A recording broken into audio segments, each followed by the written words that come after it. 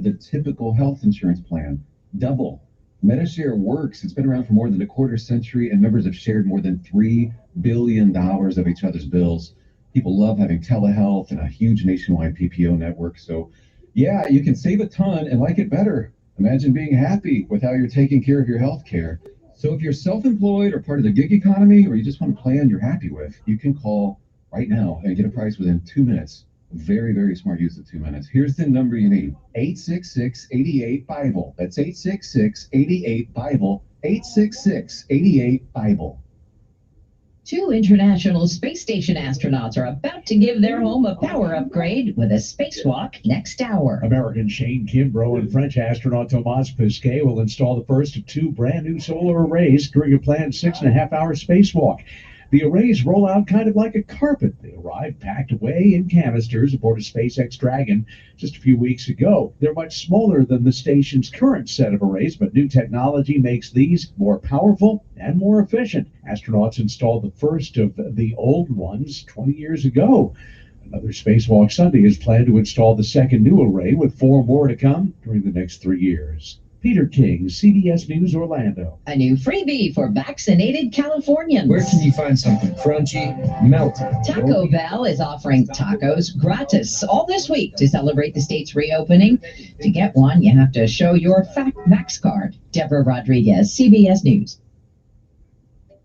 Finding great candidates to hire can be like, well, trying to find a needle in a haystack. Sure, you can post your job to some job board, but then all you can do is hope the right person comes along, which is why you should try ZipRecruiter for free at ZipRecruiter.com/radio. ZipRecruiter doesn't depend on candidates finding you. It finds them for you. Its powerful technology identifies people with the right experience and actively invites them to apply to your job. You get qualified candidates fast. So while other companies might deliver a lot of hay, ZipRecruiter finds you what you're looking for. The needle in the haystack. See why 4 out of 5 employers who post a job in ZipRecruiter get a quality candidate within the first day. ZipRecruiter, the smartest way to hire. And right now, you can try ZipRecruiter for free. That's right, free at ZipRecruiter.com/radio. That's ZipRecruiter.com/radio. ZipRecruiter.com/radio. Waste Management is now paying a $3,000 sign-on bonus to experienced and entry-level CDL truck drivers to fill residential, roll-off, and commercial driver openings at our site in Montgomery. Besides the $3,000 bonus, you get 4-day work weeks, opportunities for overtime, paid training, and home every night. Plus, some of the best benefits in the industry, like 100% of college or trade school tuition for you and your family. We're also hiring diesel techs too. Waste Management's in-person hiring event is happening Saturday, June 19th. 9 a.m. to 3 p.m. at 2810 Day Street in Montgomery. That's Saturday, June 19th, 9 a.m. to 3 p.m. at 2810 Day Street in Montgomery. Walk-ins welcome, but save time and reapply online at careers.wm.com. That's careers.wm.com. Then search driver jobs in Montgomery, Alabama. A people-first, military-friendly, equal opportunity employer. We are WM. Spruce up your living space this season with gorgeous Graver window treatments from Just Blinds in Prattville. For a limited time only, take advantage of $50 to $100 rebates from Just Blinds on select Graver solar and roller window shades. Or you can receive a $50 rebate on each motorized Graver window treatment. We're also offering a free upgrade to a cordless lift on select Graver shades. Visit Just Blinds showroom in Prattville or visit GoJustBlinds.com. That's GoJustBlinds.com. Two friends were split on what to do. One wanted food. One kind to sip and one nothing quite like the souls to do. If gone for ale, the one would cry, oh, but for a single hot cheese fry. But no burger can be enjoyed when your fearless chum is so good. Cut the drama. You've got both. Those rapture.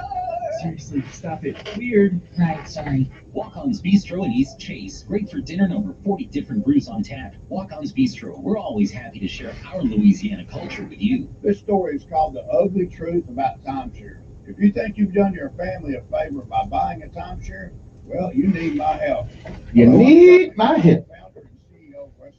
Good morning, good morning, good morning. The process started with good morning, good morning, Timeshare is the only thing that you can buy that you can't tell me how much it's going to cost or when it's going to end. When you buy a timeshare, you give them a blank check to fill out any amount they want for annual maintenance and assessment fees. Sounds crazy, right? The crazy thing is, this never ends. Stop the insanity today. Call my office now. I guarantee if we can't cancel your timeshare, you'll pay nothing. Were you lied to when buying a timeshare and want out? Get the facts about timeshare cancellation. Call Wesley now for your free information kit. 800-523-3030. 800-523-3030. 800-523-3030. It's a podcast about money, but Stacking Benjamins not only has great financial insight, it's laid back with humor too. Theme park insider Robert Niles, where are you headed? My first choice, Universal Studios Japan, to see that new Super Nintendo world. The kids have gone across the street. There's this gigantic water park. Was that called Hurricane Bay or something? They all have names that sound like Hurricane Thunder. It's whatever apocalypse. An apocalypse. I'll pay money for that. Yeah, exactly. Listen and subscribe to Stacking Benjamins on Apple Podcasts. You know, if we had a society without money, Telling it like it really things could be a lot better. It's the Dan Bongino Show, weekdays from No money. 11 to 2 You don't need on money. News Radio 1440. You don't need money, life would be easier. Your WSFA First Alert Weather Forecast on News Radio 1440. It's all sunshine for today, start to finish. High temperatures upper 80s. Some of us get to about 90 degrees, but the humidity will be much lower. It will feel very nice compared to where we've been over the last several days. Tonight, how about low and mid 60s, clear skies, really comfortable, and low 90s again with some humidity on Thursday. Plenty of sunshine, a good deal of sun Friday, but clouds increase late. Still not too bad, highs in the 90s. That's your First Alert forecast. I'm meteorologist Tyler Seabury for News Radio 1440. Montgomery Skywatch Traffic, brought to you by Brubaker Motors. It's better at Brubaker on News Radio 1440. Good morning, Montgomery. Right now we're looking good. Your Wednesday off day kicks off with no major problems or accidents. Interstate system moving into the Tri-County area from Clanton, Auburn, and Greenville. No problems on Highway 80 or 14 coming in from the Selma area, and 231 south out of Wetumpka, north out of Troy, still carrying light traffic. Trinum State is hosting a free COVID-19 drive-through vaccination event June 19th at the Air Base Boulevard and Troy Highway locations from 8 a.m. until noon. Call 420-4216 for more information. Buckle up for Montgomery Skywatch Traffic. This is Major Delay. For all your auto maintenance and repair needs, Chico's knows. Chico's Auto Pros now offers a full-service automotive center. Call Chico's today at 239-9510. Chico's knows. I'm Mark Bullock in the WSFA 12 newsroom. The Southern Baptist Convention seems to be tamping down a push from the far right. The denomination meeting in Nashville defeated an effort to make an issue of critical race theory. The group also elected a new president who has worked to bridge racial divides. Pastor Ed Litton of Alabama defeated a Georgia pastor who had been backed by a group calling itself the Conservative Baptist Network. It's still unclear what prompted an employee at a fire hydrant factory to open fire yesterday, killing 2 people. Albertville police say the workplace shooting appears to have been unprovoked, but the FBI is now involved. Authorities say Andreas Horton shot his co-workers Michael Dobbins and David Horton at the Fuller Company, then shot himself. Right now on the WSFA 12 News app, Montgomery Mayor Stephen Reed addresses the resignation of Police Chief Ernest Finley, and a former Montgomery teacher is arrested on ethics charges. More news today at noon. I'm Mark Bullock, WSFA 12 News. Hello, need to sell your house quick, facing foreclosure, a divorce, a family member just passed away? We buy houses cash. Call me at 334-294-6032. Any condition, any area. Let me pay cash for your house. Call me. 334-294-6032. You can't even see it, brother. Facing foreclosure, facing divorce, family member just passed away. Call me at 334-294-6032. I'll pay cash for your house. Thank you. Hey, more about the Joshua Agency LLC. Your doggy will have fun while you're away for the family vacation or a weekend getaway. Be proactive. Get your doggy vaccine ready and temperament tested to stay in play. Camp Bow Wow offers all-day play, live camper cams, and indoor-outdoor play yards. Visit campbowwow.com or call 401-CAMP. Juneteenth, an obscure holiday to many in America, but to African Americans, the word Juneteenth sparks happiness, joy, and celebration. The holiday began in the Galveston, Texas area and commemorates June 19, 1865, the day that Union General Gordon Granger announced that all slaves were free in Texas. Although the Emancipation Proclamation freed all slaves in America, it was only enforceable as Union soldiers defeated Confederate forces state by state. And it wasn't until June 19th that the men and women in bondage in Texas were actually set free. Hence the word Juneteenth. Over the years, the meaning and message of Juneteenth has spread across America. And in a time of reckoning and renewal of conscience around race, the celebration of Juneteenth has become even more important. Whether you call it Freedom Day, Emancipation Day, or any of its many beloved names, make it a point this year to enjoy the history, the food, and the lessons of Juneteenth. Hi, I'm Dr. Anita Chandra with today's tip for kids from the American Academy of Pediatrics. Hey, I'm taking Juneteenth off. Hand the car keys to your teenager. To help That's your right. teen stay safe, Juneteenth. be a good role model and follow traffic laws yourself. Set rules for your teen, You including like the wearing state of a seatbelt, Alabama. driving only during the day, Come up and with limited come up with distractions, including from their passengers. anything for a day Finally, off. make sure your teen knows it is never okay to text. It's and po- call. For it's example, potato guidance day. for teens, visit Okay. healthychildren.org. For freedom and liberty, it's the Dan Bongino Show. Weekdays starting at 11 on News Radio 1440. And here we go. Sometimes you need to reset. Refocus on your day. The moment where you take a deep breath and change the focus from the problem to the problem solver. This is Decisions with Kevin Elkins.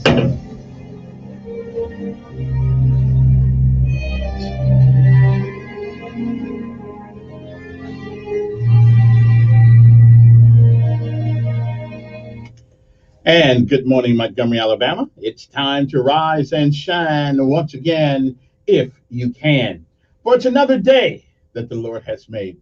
It is time for our daily bread. Good morning to you. I'm Kevin Elkins, and this is News Radio 1440. Or newsradio1440.com, or on our app, News Radio 1440, at the App Store. So you can get us wherever you want to. Or News Radio 40, News Radio 1440. Again, I said that .com right after on the web. You can catch us if you want us. Today's daily bread is the Jesus chair. John 8:31 says, if you hold to my teachings, you are really my disciples. Today's scripture insight comes from John 8:27 through 32. And again, it is June the 16th, 2021 AD. This day has never been, and I guarantee it, this day won't ever, ever come again. It is a once-in-a-lifetime deal, and once it's over, you don't get a do-over. You don't get it back. You don't get to summon it from the past. You don't get to go back and do the things you should have done, and you certainly don't get a chance to go back and undo the things that you did. So whatever it is you do this day, make sure that if tomorrow should be, you'll be proud of what you have done on this day. If you wake up and the future is unclear. If you have lived a while in God's green earth, like I tell you, everyone, because each day is a different day. If you have lived a while, there's no doubt in my mind you have seen, you have heard many, many yesterdays. And if we are blessed and given the grace of God, we may, I'm not sure, but we may see some tomorrows. But if tomorrow should never be, then it is this day that is the first day of the rest of your life. What are you going to do with it? Or whatever it is, make sure you reach back and help somebody else along the way. I will hold you. Benjamin Elijah Mays once said that whatever you do in life, you should do it so well that no man living, no man dead, and no man yet to be born should be able to do it any better. And I say if that is the standard by which you live life, you shall always be successful. You may fail at a thing or two, but sometimes failure can be a great place to start again. But you are never a failure until you quit. We say give out if you must.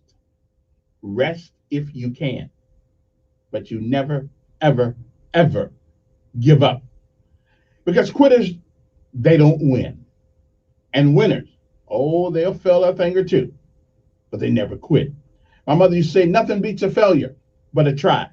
Keep putting one foot in front of the other. If the mountain's so high, you can't go over it. If it's so wide, you can't go around it. If it's so deep, you can't get under it. Then sometimes you got to go through it. But remember this. It is the clouds of life that are temporary. The sun always shines.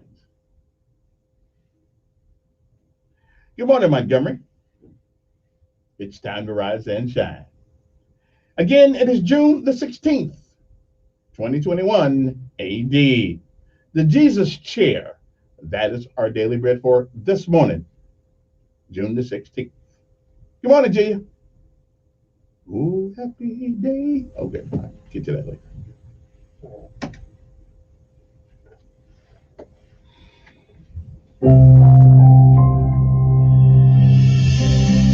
Welcome to today's encouragement from Our Daily Bread.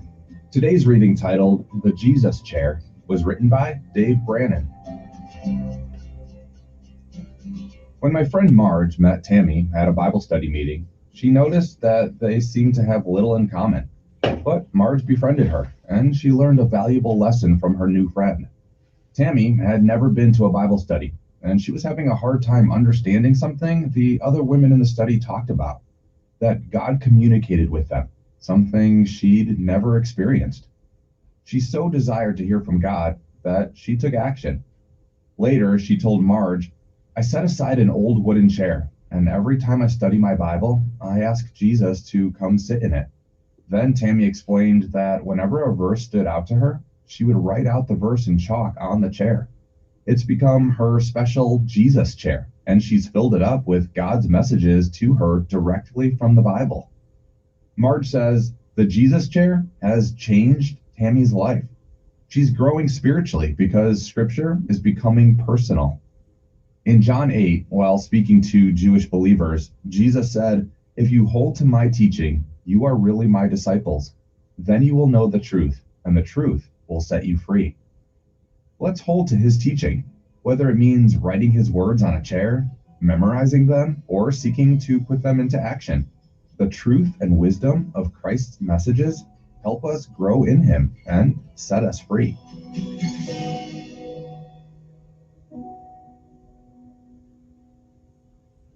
Today's Our Daily Bread devotional scripture reading is from John chapter 8, verses 27 through 32.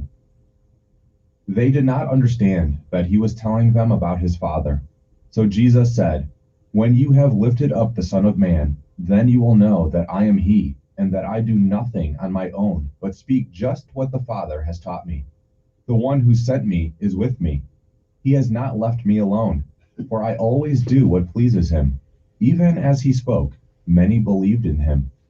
To the Jews who had believed in him, Jesus said, if you hold to my teaching, you are really my disciples. Then you will know the truth, and the truth will set you free. Let's pray.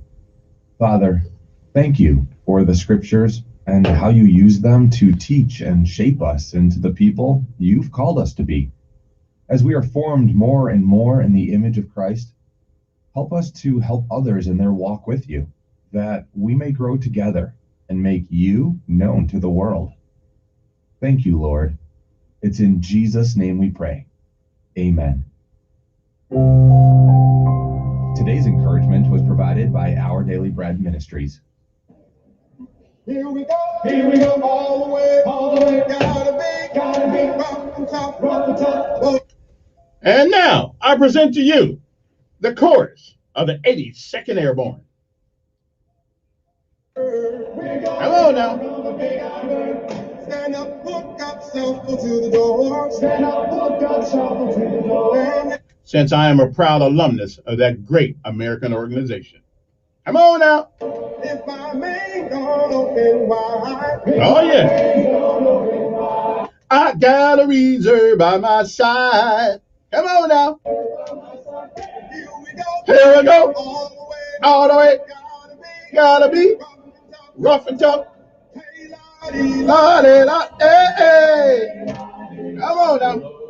Oh yeah, I feel it. I'm feeling it. I'm feeling it. It's time to rise and shine. Energy, gravy. Come on. Thank God didn't join the Navy. Come on.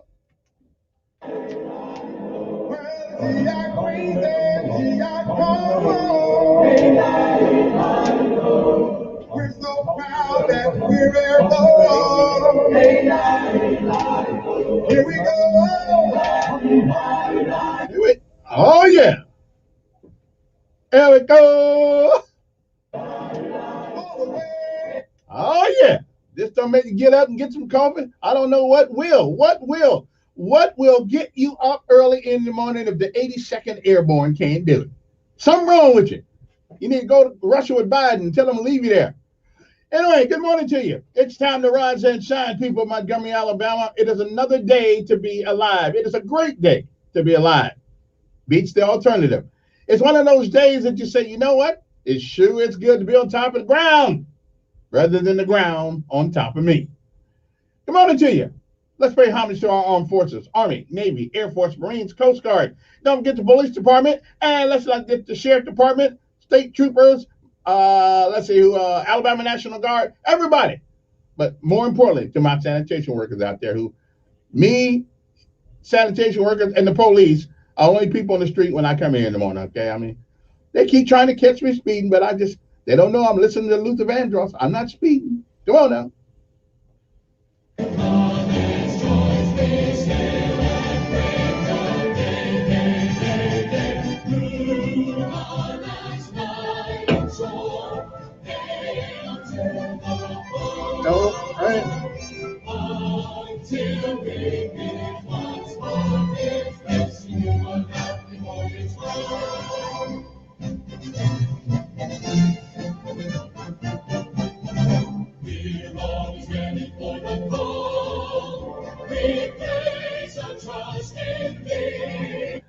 So what are we going to talk about this morning?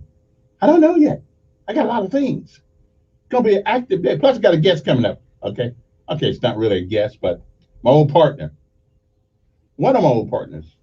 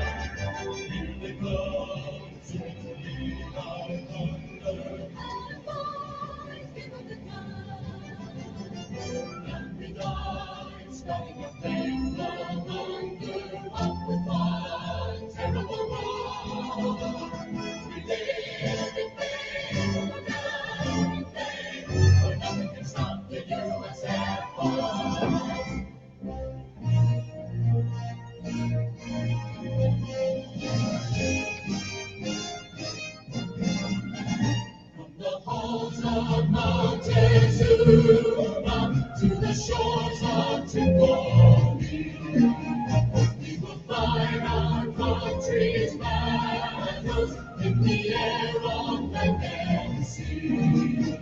First they fight for right and freedom, and to keep our honor free. We are proud to claim the title of United States.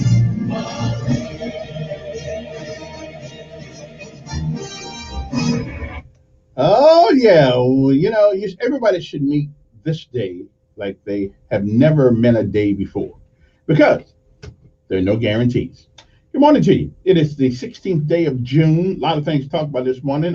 See, the mayor agreed with me in the newspaper this morning. Of course, I've been saying that for a while now, but nobody agreed with me. But somebody has to be held responsible for things under their watch. Okay, now we know one man can't do everything, but somebody's got to be held responsible. Now, and listen, it may have been a political move. I don't know, but as a matter of fact, I'm supposed to have the mayor on the 29th of this month. As a matter of fact, down in the studio, so we'll see. But somebody's got to be held responsible for things. I mean, if you're not going to hold people responsible for what happens under their watch, then why do you have them? Sure, is it unfair? Probably, but my platoon sergeant, when Elkins went out and messed up sometimes, listen, they called him before they called me. And, hey, somebody has got to be responsible for Private Elkins. Private Elkins just don't know nothing. He knew. So, I'm still going around trying to find grid coordinates in the supply room. So, I didn't know what was going on. So, somebody's got to be held responsible. And when I did gain a little rank, just a little, and had some people I was responsible for, now listen, was I responsible for Private Johnson or Specialist Johnson going out getting drunk in Hawaii and Waikiki? Seriously. Did I hold the bottle to his mouth? No. Did I give the money so he can go out and buy the whiskey and wine, whatever he did? No, of course not. But when the first sergeant got to work one morning, Private Johnson was downtown in Waikiki or Honolulu in jail. Now, the Elk Dog, which I wasn't known as the Elk Dog back then, Sergeant Elkins got a phone call. Sergeant Elkins, yes, First Sergeant. Why is Specialist Johnson downtown in the Hoosgow? Well, Top, I don't know, but I'll find out. Okay. I mean, that's all he wanted to hear. He don't want to hear no excuses. He don't want to hear about, he's not my problem. He ain't my kid. No. But he's your soldier. Okay. You are the first person in his chain of command. You should know what he is doing most of the time. So you see, if they gonna hold those Sergeant Elkins responsible for Private Johnson or Specialist Johnson going downtown, getting drunk in Waikiki, and listen, they called me on the carpet. Well, Top, I didn't, he didn't want to hear that. He wanted to know why Specialist Johnson was getting drunk when he should have been getting some sleep so he can get up and make them biscuits and gravy the next morning for that ship ride, because I was on the ship unit at Fort Island. I know. I'll tell you about that one of these days. Yeah, I've done a lot of things, but I was on the ship. No, I would insult the Navy if I say ship. I wasn't on the ship. I was on a boat, big boat. One of those LSTs, whatever it was. I don't know what it was. My job was just to make sure the troops had something to eat, and that's what I was there for. I was the mess sergeant of that particular vehicle. But anyway, so much for that. So you see, somebody has to be held responsible when things go wrong, or when they don't meet the standard. Somebody has got to be held responsible. Okay? I mean, it's like, to put it this way, let's say Chief Jordan. Listen, if we had a bunch of fires around here and we never could put one out, because we lacked the training, if we did that, who would be held responsible for that? It would be Chief Jordan. Rightfully so. Okay, I'm just saying. If you're in charge of the motorcycle unit at the police department, and all of a sudden, none of the motorcycle cops written a ticket like 8 months, who you going to go see? You're not going to see all of them. You going to see. So Chief Finley had to fall on the sword. I think there's more to this than that. I think that's a political way out of this, but I'm good with that. I'm good because somebody should be held responsible for the environment that has been allowed to fester around this city. You're not responsible for the people. Let's get that straight. People do things. They've been doing things for a long time, and there's nothing the chief police can do about that. But it is the environment that seems, and like the mayor said, things don't seem to be getting better. Okay, because Hug a Thug. Now that was one of them programs that the chief put in. Hug a Thug, hug them. Yeah, okay. I'm with you. Give them some donuts and stuff like that. I don't know. Stop them. Give them some ice cream. No, I'm sorry. We don't need to do that. Okay. When the big bad blue show up, it's time for somebody to get a beat down. Okay, maybe not a beat down, but every once in a while, you know, you gotta use that phone book.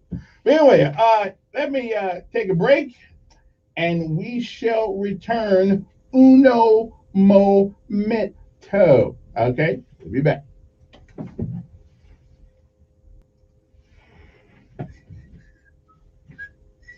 On News Radio 1440.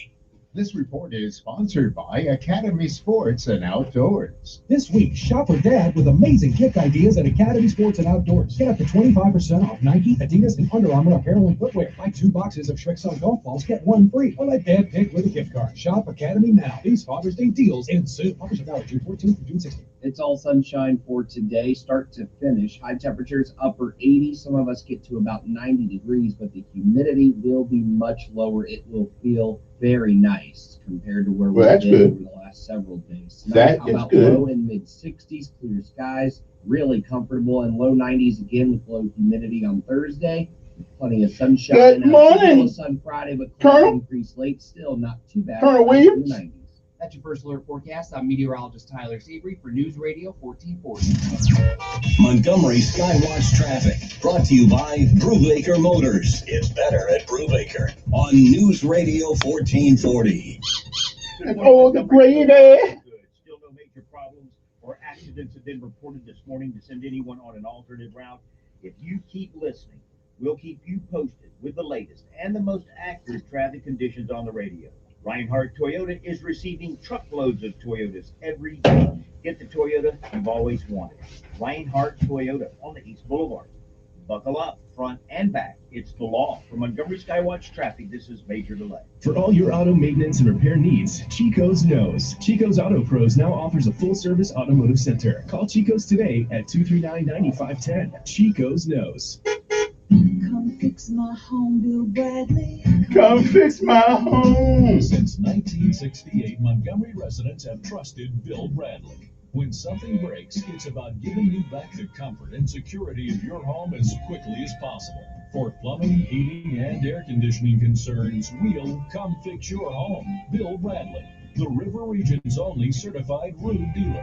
Bill Bradley, won't you please fix my home? Certificate number 84449. Business owners and hiring managers, we know times have been tough, but it's finally time to open back up. You need people who are ready, willing, and able to fill the positions you need to make your company thrive. Now, how can you find people who are right for you and your company? Cumulus Media is the answer. With our powerful, popular radio stations and laser-focused, affordable digital solutions, we reach the people you need every day. For help with your recruitment, call Cumulus Media and Don Polo today at 334-240-2257. Matt Parsons here from Budget Car and Truck Sales, Wells Fargo Capital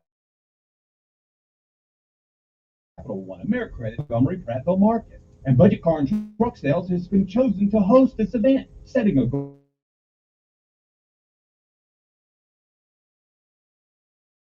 to write 116 loans, invitation to this sale to be held at Budget Car and Truck Sales this weekend. If you received an invitation by mail, you're approved. If you didn't receive a notification by mail and you qualified in the past, you need to get to Budget to get pre-qualified again. Now, special bank lenders will be on site for fast. All right, how many steps have I taken today already? Let me see. Is our goal. Door prizes and fun for the Okay, kids. let me see. Get to Budget today to get these exclusive deals. 845 already?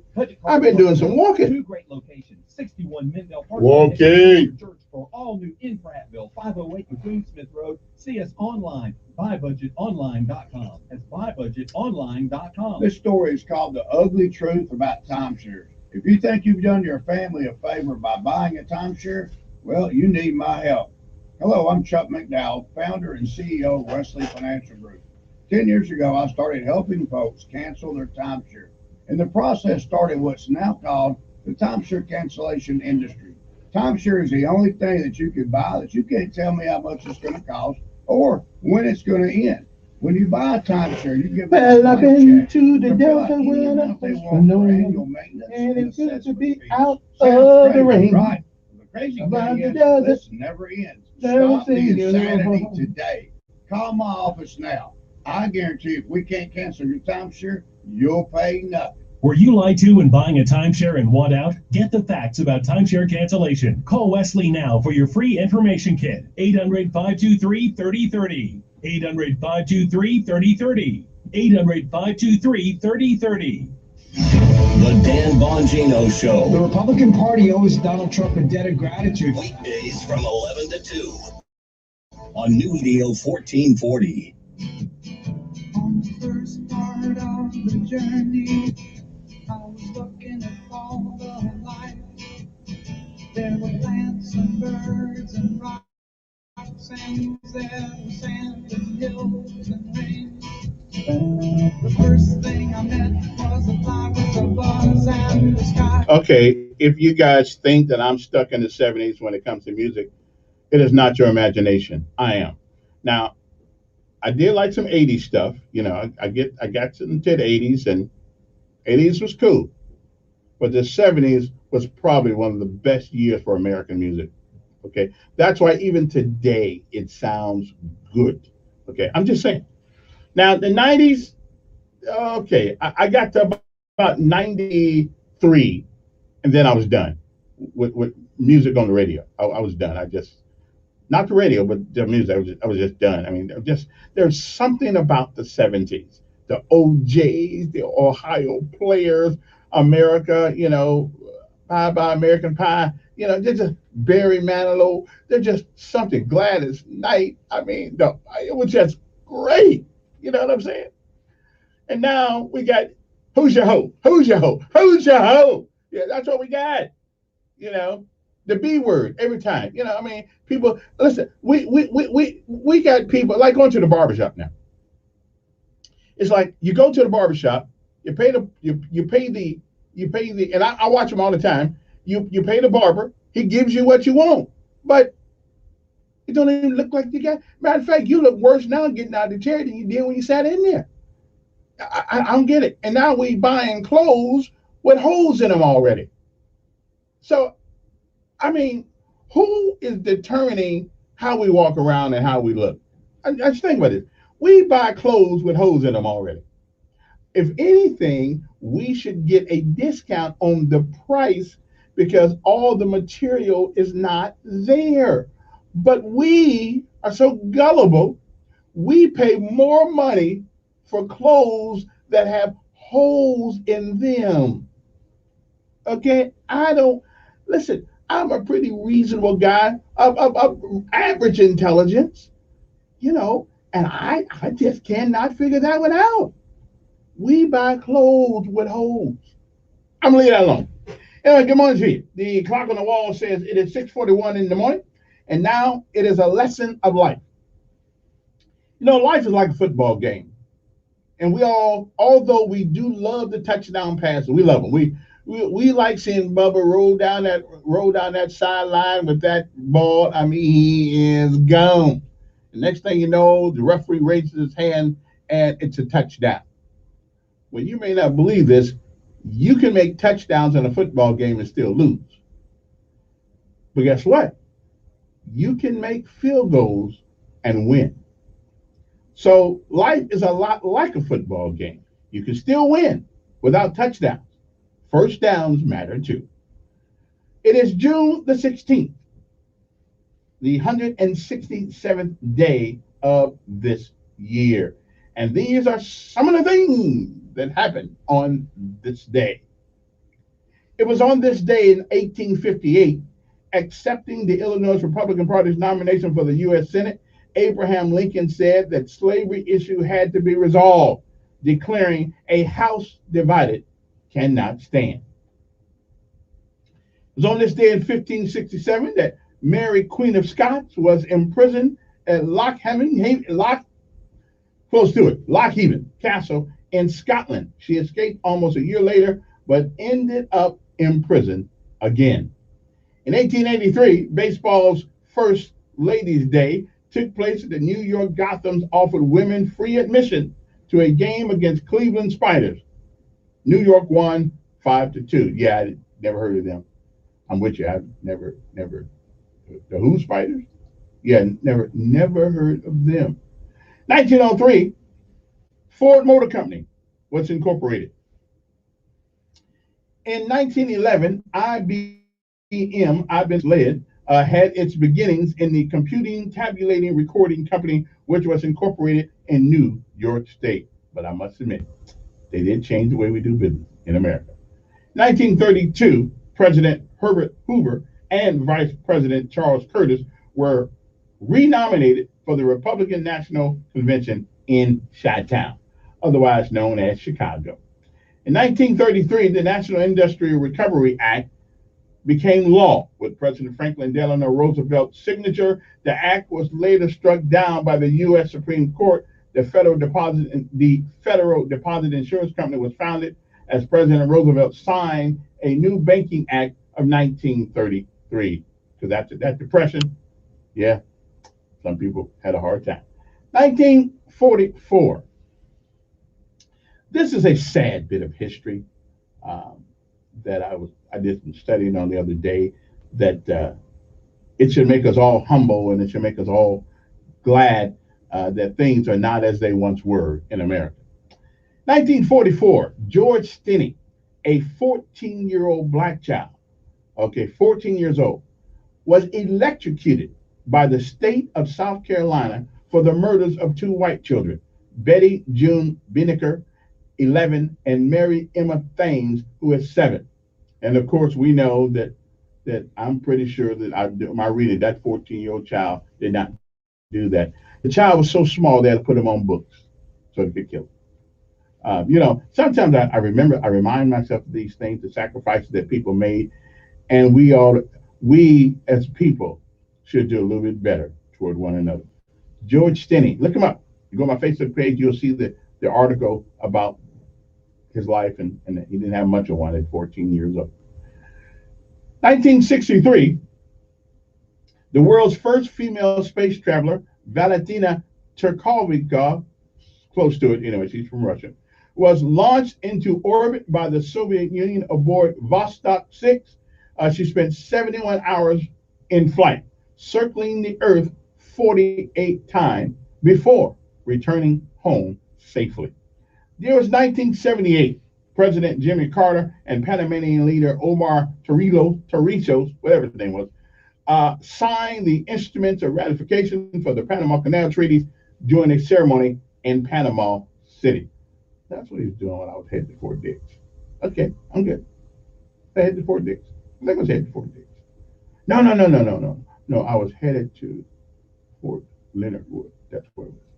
One of the forts I was headed to anyway. 1996, Russian voters went to the polls for their first independent presidential election. Now we know we know how that works out. The result of the runoff was between President Boris Yeltsin, the eventual winner, the communist challenger Gennady Zyuganov, close to it, and sportscaster Mel Allen died in Greenwich, Connecticut at the age of 83. In 2015, real estate mogul Donald John Trump launched his successful campaign to become the president of the United States at a speech in Trump Tower in Manhattan. In 2017, President Donald Trump acknowledged for the first time that he was under federal investigation as part of a federal expanding probe in a Russia's election meddling. Because we know how all that worked out now, right? It was a lie to begin with, it was a lie then, it'll be a lie tomorrow, and it's a lie today. But Democrats, they're lying in heartbeats. So that's part of their modus operandi, as we say, MO. Okay, that just wake up. That's just the way things go. 10 years ago, President Barack Obama met with South Korean President Lee, Myung-bak, or close to it, at the White House. Afterward, Obama declared North Korea a grave threat to the world and pledged U.S. and its allies would aggressively enforce fresh penalties against the nuclear-armed nation. Senator John Ensign of Nevada, a leading Republican mentioned as a potential presidential candidate, admitted he had an extramarital affair with a campaign staff worker. Federal health regulators warned consumers to stop using Zicam cold remedy nasal gel. Okay, I didn't know that. And related products because they could permanently damage their sense of smell. I've been some places sometimes I didn't want a sense of smell. I'm just telling you. It may not be all be a bad thing as it is. Moving right along.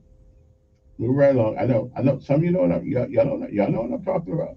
There are days. There are days that we don't. Sometimes smelling what we smell it ain't so great. But we'll leave that alone. 5 years ago, President Barack Obama notified Congress that up to 275 troops could be sent to Iraq to provide support and security for U.S. personnel at the American Embassy in Baghdad. A divided Supreme Court sided with gun control groups and the Obama administration, ruling that the federal government can strictly enforce the laws that ban a straw purchase from buying a gun for someone else. Yeah, I think that, that's true. The Constitution gives you the right to own a weapon, not for you to buy one for somebody else. And 1 year ago, China announced 25% tariffs on $34 billion in U.S. imports. What in the world are we importing to China except our jobs? Anybody know? Does anybody know what soybeans and beef? Okay, then. In response to Donald Trump's tariff hike on similar amount of Chinese goods. Now, China also scrapped agreements to narrow the trade surplus with the United States. All right, and what else happened on this day? Anybody else know? Anybody? Now, we'll say this one. On June the 16th, 1884, the first roller coaster in America opens at Coney Island. I've never been on a roller coaster yet, never wanted to go, because all I can see is myself coming off the rails, with that thing. So I don't know. I just don't know about that. Charlie Chaplin on this day got married in 1943. Bob Dylan records a song called Like a Rolling Stone. Anyway, the Civil War started in 1862, I think. The Union thwarted a battle at Secessionville. I mean, it was really ready to go. They named the town after it already, Secessionville. 1961, again, ballot star Rudolph Nueve defects the USSR. 1977, Leonid Brezhnev was elected again as the Soviet president. The SLA member captured after 20 years. I don't know, I forgot what SLA stand for, but it was one of them groups of, back in the day. Okay. So, okay then. And this was the day that Lincoln warned that a house divided cannot stand. He knew what he was talking about because we still divided. Now, not as bad as we once were, but we still got some issues there. We got the critical race theory and all that stuff going on. I did a lot of studying about this critical race theory. And I have now my new guest, my guest this morning will probably, you'll know who it is when he gets here.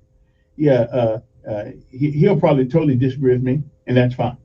I think it's because they are misrepresenting the critical race theory is being misrepresented by those who are pro CRT. Nobody is saying that you should not teach the things that happen in this country. It is, after all, it is part of the good, the bad, and the ugly. Nobody is saying that you should not teach what went on. But what we are saying is that to act as if nothing has changed in America over the last 100 years or so, at least the last 70 years or so, would be intellectually disingenuous. It would be an outright lie. To turn around and do to others what was done to us makes us no better than the ones we complain about. To teach young children that because they happen to be born a certain race, that they are inherently have a superior attitude. When kids get together on the playground, everybody knows this. They do not care about color. It is only when grown people get involved in their lives that it is us who mess them up. Okay? Kids don't ever see color. Okay, I'm just saying. So the critical race theory, this theory, and it is a theory. That's why we like the word theory. That's why we attach the word theory to it. I don't want it being taught in Alabama schools. If we can get reading, writing, and arithmetic, and a little bit of science, okay, if we can get that passed, if we can somehow get our children to understand the makeup of the world as best we understand it, we'll be a whole lot better off than trying to teach the CRT, critical race theory. It is a waste of time, and it certainly puts us in a place that is far worse than we've ever been. This is just me. Who's calling on the phone this time? I'll take one so I ain't got anything else to do. Good morning. Who's this? Yes. Yes.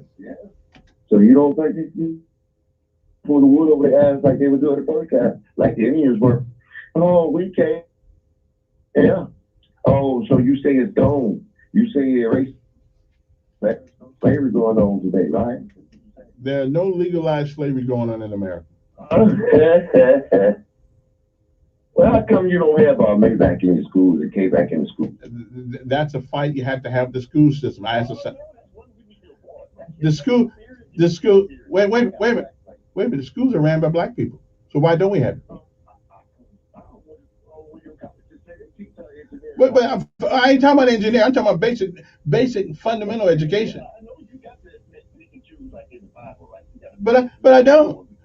I mean, well, don't we all?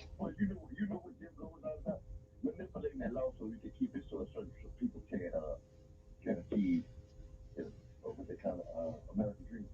I think the only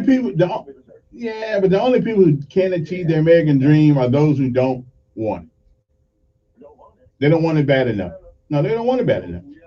Yeah, you sound like black people are not qualified. The people, white people, they're not physically or mentally able to compare. Think that's correct?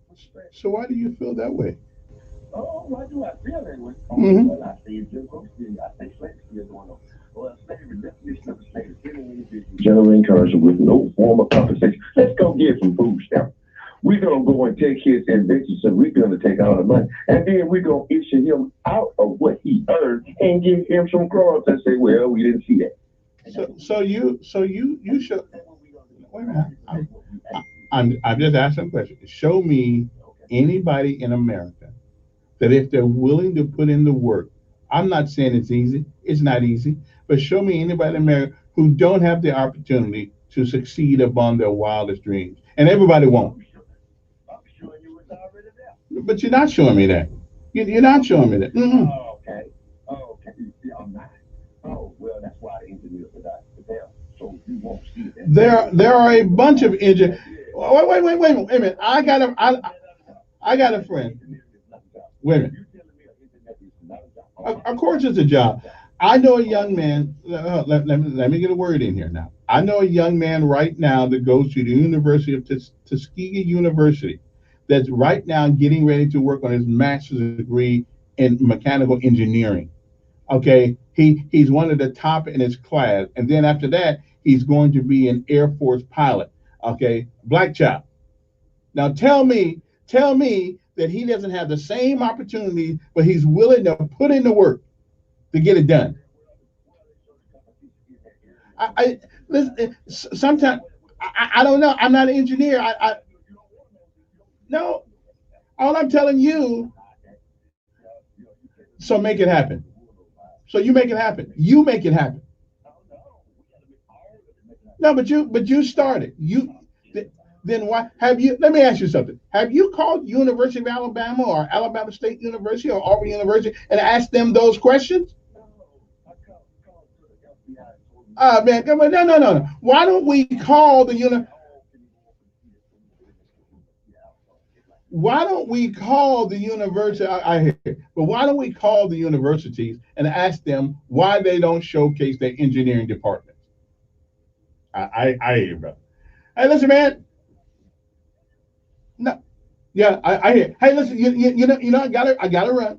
I got to run. I can't.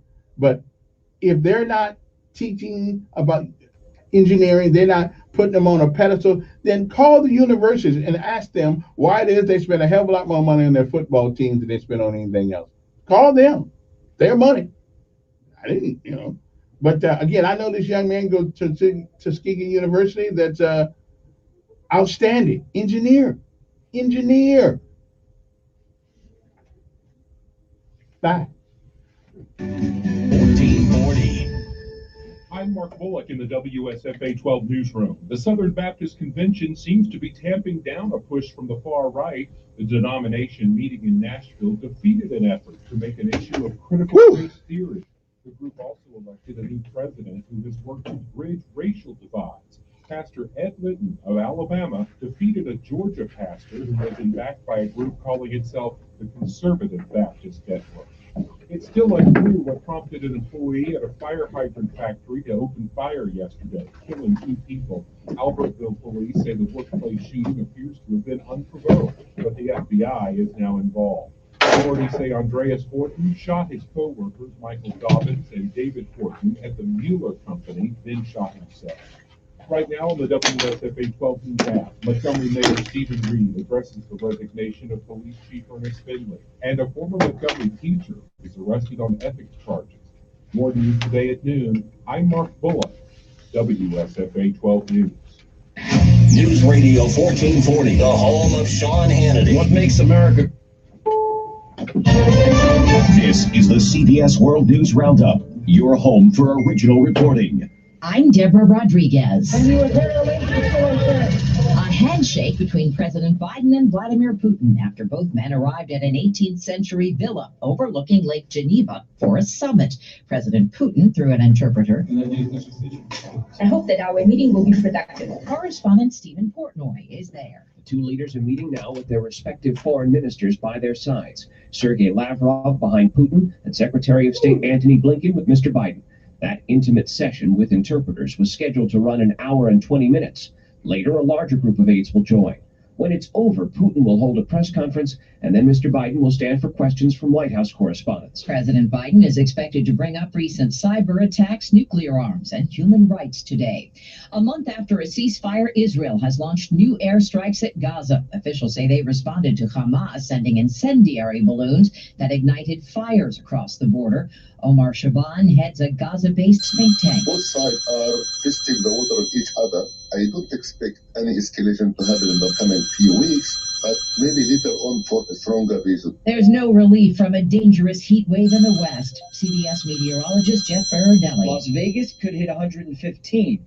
And by Thursday and Friday, the valleys of California, places like Fresno and Bakersfield, could reach 110 to 115 degrees. And as a result, many all-time June records are in jeopardy. The pandemic housing story is a twofold tale. There are people who built up a savings during the pandemic and they're ready to buy. And there are others who are still trying to recover from pandemic losses, some even in danger of losing their homes. The report by Harvard's Joint Center for Housing Studies found the majority of those struggling are low-income households and people of color. Many relied heavily on help from the government to stay afloat and also drained their personal savings, making buying a home now impossible. Correspondent Stacey Lynn reporting sky-high lumber prices are finally falling. The Wall Street Journal says builders and retailers who've been hoarding are now trying to sell off stock as supply bottlenecks ease and a buying frenzy winds down. If you had to spend more to satisfy your sweet tooth, would you do it? CBS's Michael George. The report says taxing sweetened drinks and food does lead to people consuming them less. The study in the Journal of the American Medical Association looked at a 2017 sugar tax in Philadelphia. They found purchases of sweetened drinks dropped 42% at stores that charged more. S&P futures are down too. Dow You online? 45. Yeah. This Live is CBS from New York. News. It's Saturday night. CBS News Radio is your home for breaking news. With our team of reporters around the country and the world, we give you the coverage you can trust. Oh, yeah. Something costs less. I heard you coming in. That sounds like something to look into. that And subject that MetaShare. has, Maybe you've heard switching to MetaShare. just eating up the airwaves lately. Permeating America. Yeah, And that's huge. and we'll, It's also true that people are way you know, I go from my perspective, from what I know, customer and the satisfaction way I rate. understand it. MetaShare is double that of the typical that- health insurance plan. That doesn't mean it's either right or wrong. It's Been just around for more than a from my quarter perspective. century, and members have shared more than The problem now, $3 people, billion of each other's whenever they say bills. something, People they're right have and you're wrong. telehealth and a huge Mhm. nationwide I know, PPO it's strictly network. about perspective. Yeah, I you don't- can save on time Yeah, and like it yeah. better. I don't think, Imagine being I mean, happy without there's really nothing thinking wrong about with your healthcare. teaching. So if you're self-employed, In other words, you can I think, you can call right now. there's some very, very smart. some misunderstanding. 866-88-BIBLE. Yeah. That's 866. We'll save that for the air. 866-88-BIBLE. There are new punishments in place for sticky balls. It is now an official crackdown. Major League Baseball says pitchers caught using foreign illicit substances will be ejected from games and then face a 10-day suspension. Baseball Commissioner Rob Manfred says, although there's a long history of pitchers using foreign substances, what's happening now has gone far beyond what's happened in the past. Substances like sunscreen or so-called super glues, which allow pitchers to get a firmer grip, will be prohibited. The spin rates on many pitches have dramatically risen. Many believe that's due to pitchers using these substances. Steve Futterman, CBS News. A historic performance in the NBA Eastern Conference semis. The Nets were down 17 points when Kevin Durant turned things around with his second career playoff triple-double. He had a total of 49 points. Nets now lead the Bucks 3-2. Deborah Rodriguez, CBS News. When someone drives up to your house, generally the first thing they see is your driveway, your invitation. Someday when you sell your home, your driveway will be the first to speak for how well you've maintained this investment. Hi, this is Tom Latham with Penny Earn and Concrete Technologies. Call us today for all of your concrete needs, your driveway and your swimming pool, as well as complete outdoor living areas, fire pits, fireplaces, stamped and patterned patios, retainer walls, and drainage systems to complete the outdoor living area. Our team's been together for many years, and our goal is to be the best. We have ideas to share and hundreds of pictures on Facebook posted for your viewing. For years, you've seen our trucks in your streets and our signs in your neighbors' yards. Isn't it time you called 334-284-9292? And do follow us on Facebook for hundreds of pictures of current and past projects. Call Penny Earn today, 334-284-9292. 334-284-9292. Penny Earn Concrete. Beautiful changes. It's time to celebrate at Allison Chrysler, Dodge, Jeep, and Ram during Jeep Freedom Days. Drive a new Ram 15 with 0% How's your mom? How's your mother? She's so-so. Her mobility improved, but her other things, but as far as health wise, for a person her age, she's How okay. old is she now? 83. Okay. So she's about the same age my mother. Yeah. No, my mother was born 30. My mother was born 35, so she'd be 80. She's a little older. Yeah, but this is one of those things. Everyone wants to live a long time, but no one wants to get old. That's true. What makes it so funny? I was talking to a friend of mine yesterday who's 80, and he looks nowhere near 80, and he's in good health, good mental facilities. He's a great guy, businessman, former service. He's an officer, but matter of fact, he taught on the university level when he retired. But a great guy, though. We had a very interesting conversation yesterday. Matter of fact, we have a little spot where we sit and talk about different things. A group of us who attended Lab High St. Jude and Harvard, Berkeley one. And education always comes up, you know. It's really, really something else.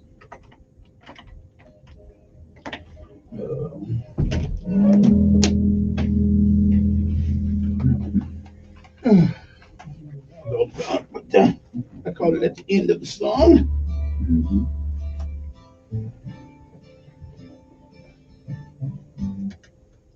And good morning, everybody. Hope this day finds you well. It is it's a Wednesday, and you know we got away from this tradition for about a year. Boy, didn't a year go by fast? Well, it wasn't fast when I was. Of course, it was all right when you get $800 a week for it. Ooh, you know what? The coronavirus thing. Some people truly got screwed. People who showed up for work every day didn't get no money, but the people who got laid off made more money than they were making when they were working. I understood why they were doing it, but some people really got screwed. Anyway, I got a guest in the room. It's been a while since I've had anybody in here with me, but you know how it is. Say good morning, Dama. Good morning, and good morning to the listeners. Yes, we are. It's been a year. It's been a minute. Yeah. It's been more than a year, as a matter of fact. Yeah, we've still had conversations off the air. Yeah. But it's been a while, and to those who have missed and those who were grateful that I wasn't here, I still feel the same Some way. people grateful, I believe. Yeah, there you go. So we're here again to talk about issues, and what I do, and I'll do a disclaimer right now. If I give an opinion, it is from my perspective, and you give your opinion about my opinion, it is neither right nor wrong. It is merely an opinion. So there is no argument there. And there are those, some people try to say disparaging things about what I would comment on, but it's merely, if it's an opinion about something, that's all it is. It's neither better than yours nor worse than yours. Mm-hmm. That's true. I'm trying to, people are going to want to know what you look like here in a minute, so well, I can't see you, but that's okay. Of course, if we got in this chair, they can see you. But you don't have to be seen if you don't want to be seen. Okay. They can look at the back. One of the things that I wanted to have a conversation with you about, because I know your perspective on this is going to be a little bit different than mine, as it normally is. CRT, critical race theory. It is. It sounds ominous. It sounds as though it is. I mean, you would think that talking about the past, from a historical perspective, there's nothing wrong with that, and there isn't. But that's not what's going on in America right now. We are trying to bully people from yesterday about the things that happened yesterday, and I think that's not going to end well. Well, let me say first of all, critical race theory. It is a theory. You were in philosophy. You took a class or a course, and there's a such thing as critical theory, right? Do you understand what critical theory is? Oh, you haven't changed. No, I'm just asking. I mean, I'm not assuming anything. Yeah. So to the listeners, critical theory just merely means whatever is stated in society, in social norms that we expect or whatever, we question it. We're critically thinking about what happens and why it happens. That is just critical theory, okay? So if a person studied, just don't take something at face value. It happened for a reason. As I heard someone say on Facebook, cause and effect. What was the cause and what is the effect? That's a simple way to put it, okay? Now, if we're talking about critical race theory, when we're talking about racial issues, what is the underlying issue? And critical race theory is in the world of academia. It is not in first grade. It's not in second grade. It's not in third grade. They don't teach it in elementary school. It is on the college level. But they teach. No, they hold on. It is a misnomer. This is now, and I hear it because I listen to the stations that you listen to. You have people who are not in academia and in academia on the conservative side, putting the one catch-all phrase, critical race theory. Now, people can catch on to that very easy, but it's not. If you're teaching certain things about race, that is not critical race theory. Those are some issues that are related to critical race theory. So critical race theory is not being taught in any school. No, not officially. No. But the elements of it are. The elements of it are. I was seeing an article yesterday. And that's like saying, before you go any further, I don't want to cut you off, and this is what I was trying to say. If you're misnaming something, it changes the connotation of what it means. The connotation of a word is what we think it means. So, okay, the denotation of critical race theory is what I just told you. It's critically thinking about race. It is not forced, and that's in the world of academia. Now, when it comes to school and education in general, we don't teach children philosophy, but we teach them elements of philosophy. True. Right? True. So we don't say we're forcing kids philosophy. We're forcing them in philosophy. No, we're not. There are certain, and so don't say, okay, go ahead. Do you believe that if you teach the elements of it, by inference are teaching it? No. Okay. Well, in other words, if you go to school, you will be taught legal elements of the legal profession. You're not being taught to be a lawyer. No one who goes to elementary school is going to be a lawyer. Right. So you can't say, I'm teaching you law.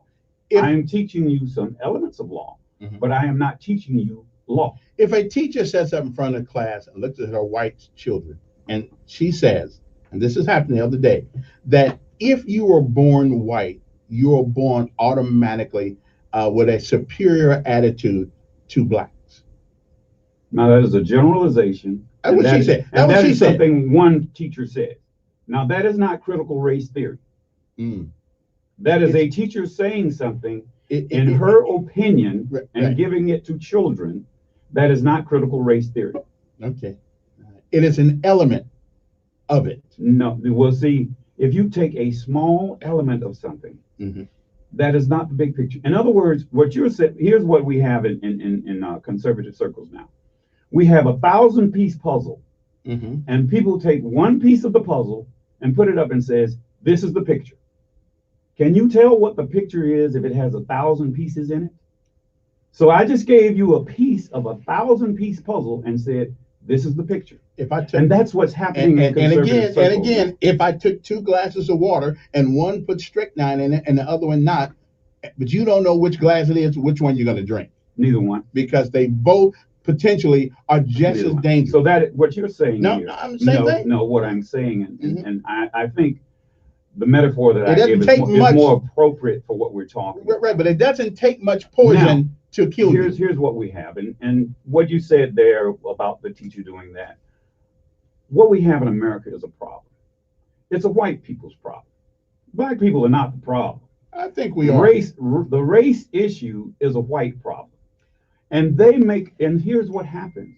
White liberals are our worst problem because they make everything, and they have the money and the power, okay? Black people in this country really don't have the money and the power to make things happen.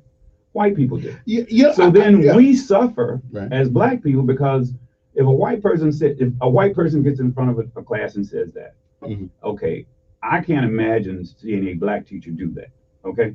Now, if a white teacher does that, they're white. They can say whatever they want, okay? And then because they're white, they can get away with it. And if it is in a majority that agree with that person, then they'll say that's right. You know, it is an amazing thing how two guys can look at the same issue. It's from our perspective. And reach a different conclusion. Because in my world, if you're black and you say something like that, you can get away with it. No. But white folks are losing their jobs because they don't agree with BLM. White folks are getting screwed. And who fires them? White people. Oh, that's true too. Because they're all scared. Here's what I'm saying. Because they're all scared. White people have been mistreating black people all along. So is it our job to mistreat them? No. It's up to white people to correct it. We can't correct that. We're not firing these people. It's not black people who are firing. Good morning. Who's this? Good morning, Mayor. Good morning. Good morning, sir. John, glad to have you back on board. I have listened to your input and your personality. Why, thank you, sir. I appreciate that. Because you've been gone a while, would you think it'd be appropriate to give a little bio or give some history of Donald? Where you went to school and where you went along the way in life? Well, the short version is I was a young kid who attended private schools all of my life. I went to Miss Cooper's school, preschool. Then in the first grade, I went to Miss Brown's private, and from there I went to St. John the Baptist Catholic Elementary School, and then from there I went on to St. Jude Educational Institute. And shortly after that, I went for a short period. Was a freshman at Alabama State, and got an opportunity to work in the manufacturing section at that time. And being driven by money, I went into the manufacturing for a little while and moved forward in certain things, and then went on to another manufacturing job. And along the way, I acquired skills as a young child. If people who know me know that certain skills in carpentry and so forth, and I always did that. So I did that, and then I worked for a cabinet company and learned all of the aspects of building cabinetry from a tree. And so I have several skills, and the world of academia was something I always kept up with. So I was an avid reader, always have been. So that's where I get a lot, and I like to read hard copy, not the computer versions. So that's a little bit about me. And then I'm a senior citizen now, 66 years old. I'm very fortunate to be of this age, and I appreciate sharing that with the audience. That's basically who I am, just a regular guy, blue-collar worker who loved the world of academia. My brothers had attended college, and my sister, they finished college, but I didn't. But I never felt beneath them because I always kept up with reading, and reading is fundamental. So that is Donald Jenkins in a nutshell. Well, thanks, sir, and that enlightens, and I appreciate you putting that out there. You went to St. Jude. I can't ever remember in 34 years of police work ever responding to a fight call or a disturbance call at St. Jude. No, everything was handled in-house. If there ever was a fight, it was handled. And one of the easy things, and one of my friends and principals always had a statement. He would say, son, if you want to be a fool, Carver's across the street. You can be a fool for free. So well, that's true. So that was one of those things that helped. And our parents always knew the teachers were always right. If whatever the teacher said, you didn't go back and tell your mom or dad, say, well, the teacher was always right. No, you didn't. Well, you're a great representative of that school, and you bring a lot to this show, and I just appreciate you doing that. Well, thank you, sir, and I appreciate you. Have a good day. All righty. Anyway, and there are a lot of things have gone on in the last year. Oh yeah. Yes, a lot of things. COVID has changed a lot of lives and I've lost several friends, as a matter of fact, to COVID. But it's real. You know, that was why I got my shot very early, and there are those who are against it. And I was wearing the mask and social distancing, and never had any. And because as a matter of fact, I was around, my mother was older, so I wanted no chance of her catching it. So there was no chance of that happening because of the way I handled myself and the way I protected her. Would you agree with the statement that most of America's institutions were built on systemic racism? Some of them were. In other words, Georgetown was built on systemic racism. Most because of the way the system was. We started with slavery, and from slavery we went into the institutionalized Jim Crow, and that gave one group of people an advantage over the other. So there are a lot of companies that benefited from that. There were a lot of trades that benefited from that, you know, but that has changed. You know, one of the things, most bricklayers and carpenters when I was growing up were men of color, to be specific, black men, and that most of them were underpaid. They could not get the contract. They were subbers. So most of the subbers were black.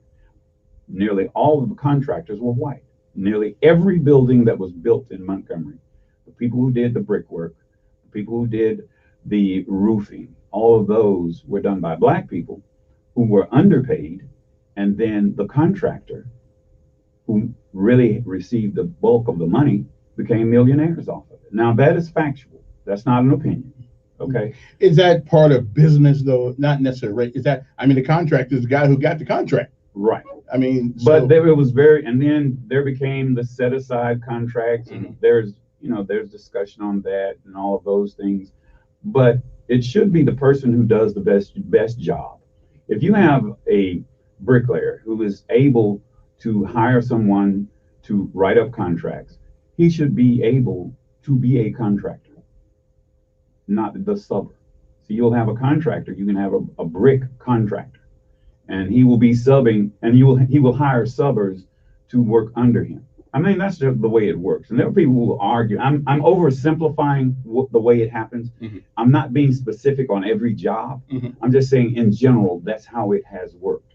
But now we have the situation that you have with the internet. You can have a person who no one ever sees.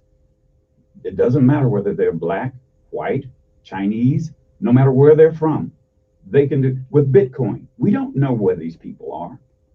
You know, these miners are in China. Most of them are in China, and China is throwing them out. So now race is not an issue in that particular thing. So a lot of time people, when you go and sit down for an interview, the person who is giving the interview, they are looking at things, well, this word I'll say from time to time is from their perspective. I can't say it's wrong or it's right. Is that they have a perception already in their mind about the person in front of them. Most people do that. All of us, we are all prejudiced to some point or degree. Whether that is good or bad depends on what is the outcome of the decision you make. Now, that's a complicated way to say there has been instances of institutionalized racism, sure. and it exists today. There are people who think that because a person is a certain race, they can do something better than someone of another race. But that is a prejudice that people don't want to admit all the time. But we all have those. Yes. I believe I can do things better than other people. Not me, but some. I can do things. But that doesn't mean you can. Exactly right. Exactly right. So but then thinking again, is no crime in thinking. No, it's not. But it's action that makes the Right. difference. If you see if you have two people walk in a door and one is black and one is white, and both of them have the same qualifications, and automatically in some people's mind, the white guy will pick the white one. And then maybe if it's a white guy. Hold up. And then sometimes if it's the black guy who's hiring, so we're all he'll the same. pick the black guy. So we're all the same. No, we're not the same. Pretty much. But institutionally, people are taught, whether they know it or not, and you say it from time to time because you want it to be, you were a white man trapped in a black man's body, okay? Philosophically. That's saying that, so what you're saying is, it's better to be white than black. No, we live by philosophies, and we don't know what those philosophies are. There again, is there a black philosophy and a white philosophy? I think there is. I think there is. Culturally, yes, there is. So you know what, you're saying that from a point of ignorance. Ignorance means, I'm not calling you ignorance. I'm saying you're ignorant of facts. There are black people. I've been black my whole life. Yeah, but you've never been. You've never been in a situation where you were in the higher echelon of society in both academic and in financial. Okay, there are people who are black, who are financially stable, and they think like a businessman, not a black man, a businessman. But it's still a philosophy they believe in. It is a business philosophy based on money, not based on race. Well, I didn't say race. Yeah, I say, but there is a different cultural philosophy in America. Take urban America. There's a different way of looking at life from when you live in urban That America. is a culture. See, it's a different thing between a culture but culture, and a race. Right. But culture is still predicated on a certain philosophy. You may not know what it is, but you are showing the attributes of Culture is based on life experiences. A group of life experiences. Okay, we can go along with that a little bit. Good morning, who's this? Welcome back. Welcome, welcome, sir. Yourself. Nice to hear this talk again. Okay, then I've been around. Steve must not know that you're in that witness protection program asking what no, you didn't really say nothing, but what was the last job and where you had? What's that got to do with anything? No, what are you guys? I'm talking to Don. I know, but But What was the last but- job? I mean, if it makes any difference, the last job that I remember, I was the warehouse manager of a cabinet company. Jim Bishop. Let me ask you a question. I believe you said that the right wing is not in academia, it's talking about the critical race. I said conservative media. Conservative media.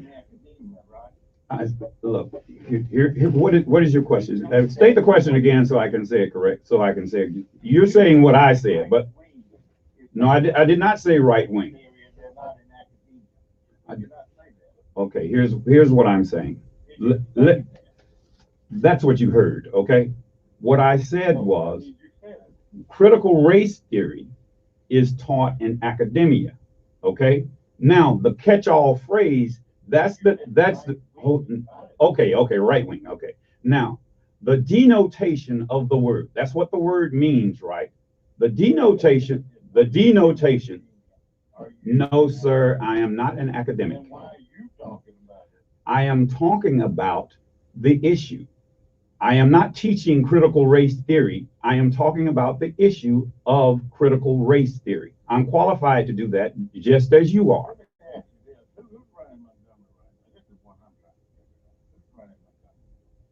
Where is Montgomery going? If you say something is running, where is it going? Well, where is it going? You said running. I've got to understand, what are you talking about? What is running? What does that mean, running? No, I'm not playing word games. I'm being specific on words. You can't trip me up on words, because if you say a word, you said, who's running Montgomery?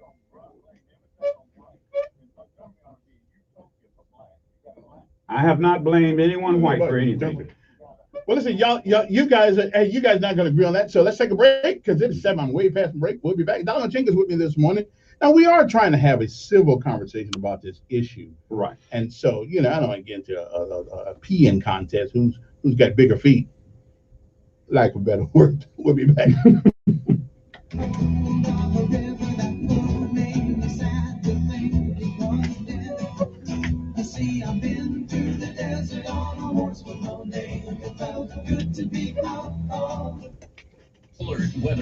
The more things change, the more they stay the same. And that's all I got to say about that. Well, until we get a whole lot of brand new people moving in Montgomery, you're stuck with what we got. Well, but yeah. See, but it's difficult having a decision with down here with somebody who's not a product of Montgomery or the South. Well, my perspective certainly is a little different than yours. So on a lot of things based on my life experience. Right. It's not that I didn't have to deal with white people who are crazy. I did, like everybody else did. Well, it ain't like I wasn't called the N-word many times. I got that too. Well, see, my perspective is different, Kevin, because I was protected because of my upbringing. I told you I went to private schools all my life, right? Mm-hmm. So, but all of my friends that were outside of school went to public school. I never thought of myself as being any better or worse than them, and I never thought about it. But because see, here's the thing: in my class, I would have been considered average. But I didn't see average in the group I was in. We were in what was called, it was all relative. You had the A, B, and C group. Okay, I was in the A group. So I was average in the A group.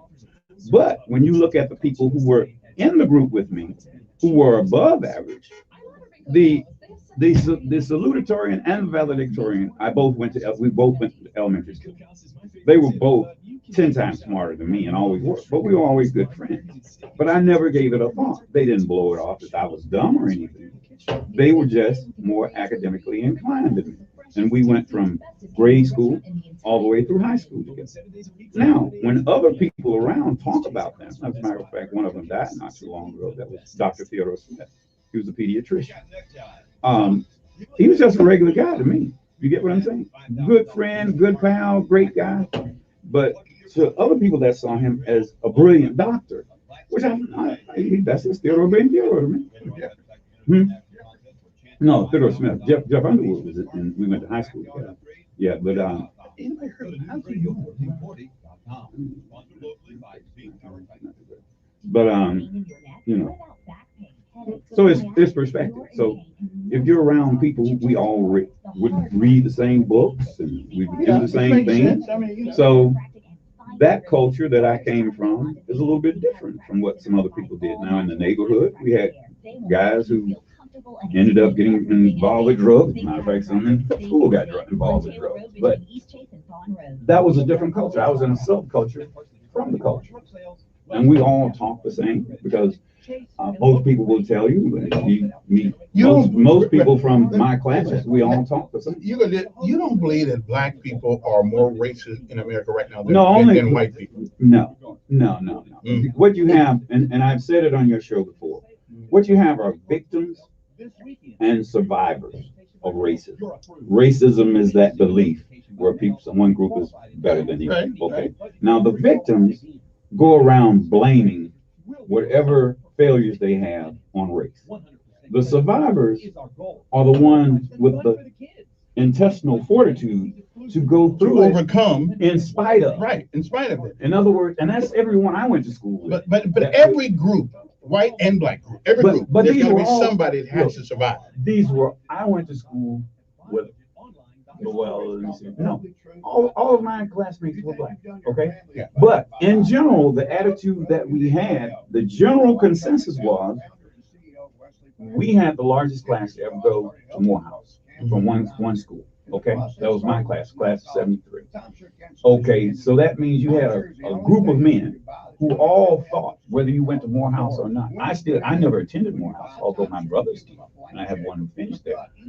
They always had that attitude that and you say it every day on this show. No matter what you do in life, you do it so well that no man living, no man dead, and no man yet to be born can do it better. Now, you know that I live by that philosophy. Because you know whatever I do, you try to do it well. No matter what it is. Yeah. And there is no one who can do it better. That's my way of thinking. So that's the culture I came And that's the in. thinking that would get you far. Yeah. So that's the culture I was brought up in. So you did not, if you had attended Morehouse, you would have that way of thinking.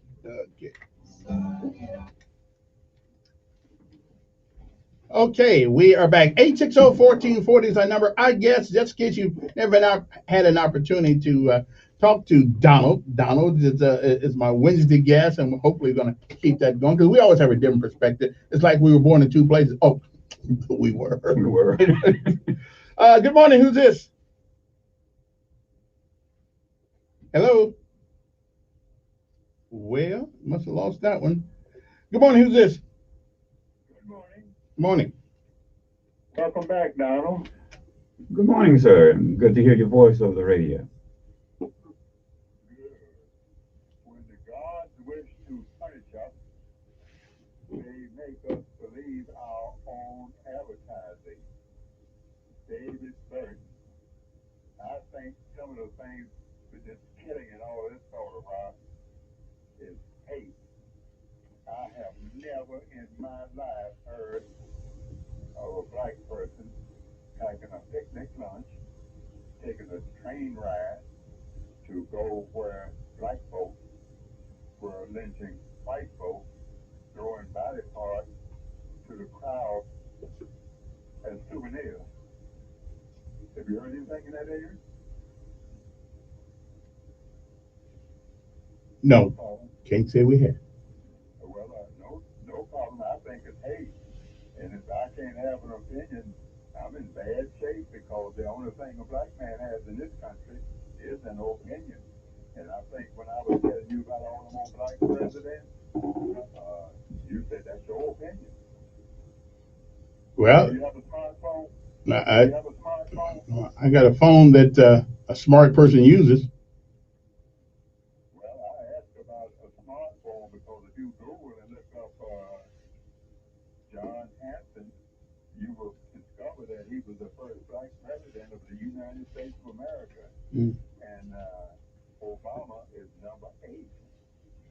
Okay, now listen, if that's, I mean, that's your opinion. Because historically, they're not counted as because if that's the case, then what about the presidents, Jefferson Davis and all those guys who were the president of the Confederacy? Are they included in that?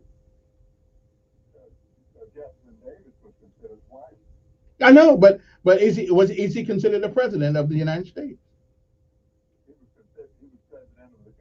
Oh, so that's a no then. But he probably thought he was. That's a no then. He probably thought he was president of the United States. I don't know. But anyway, there's some. Listen.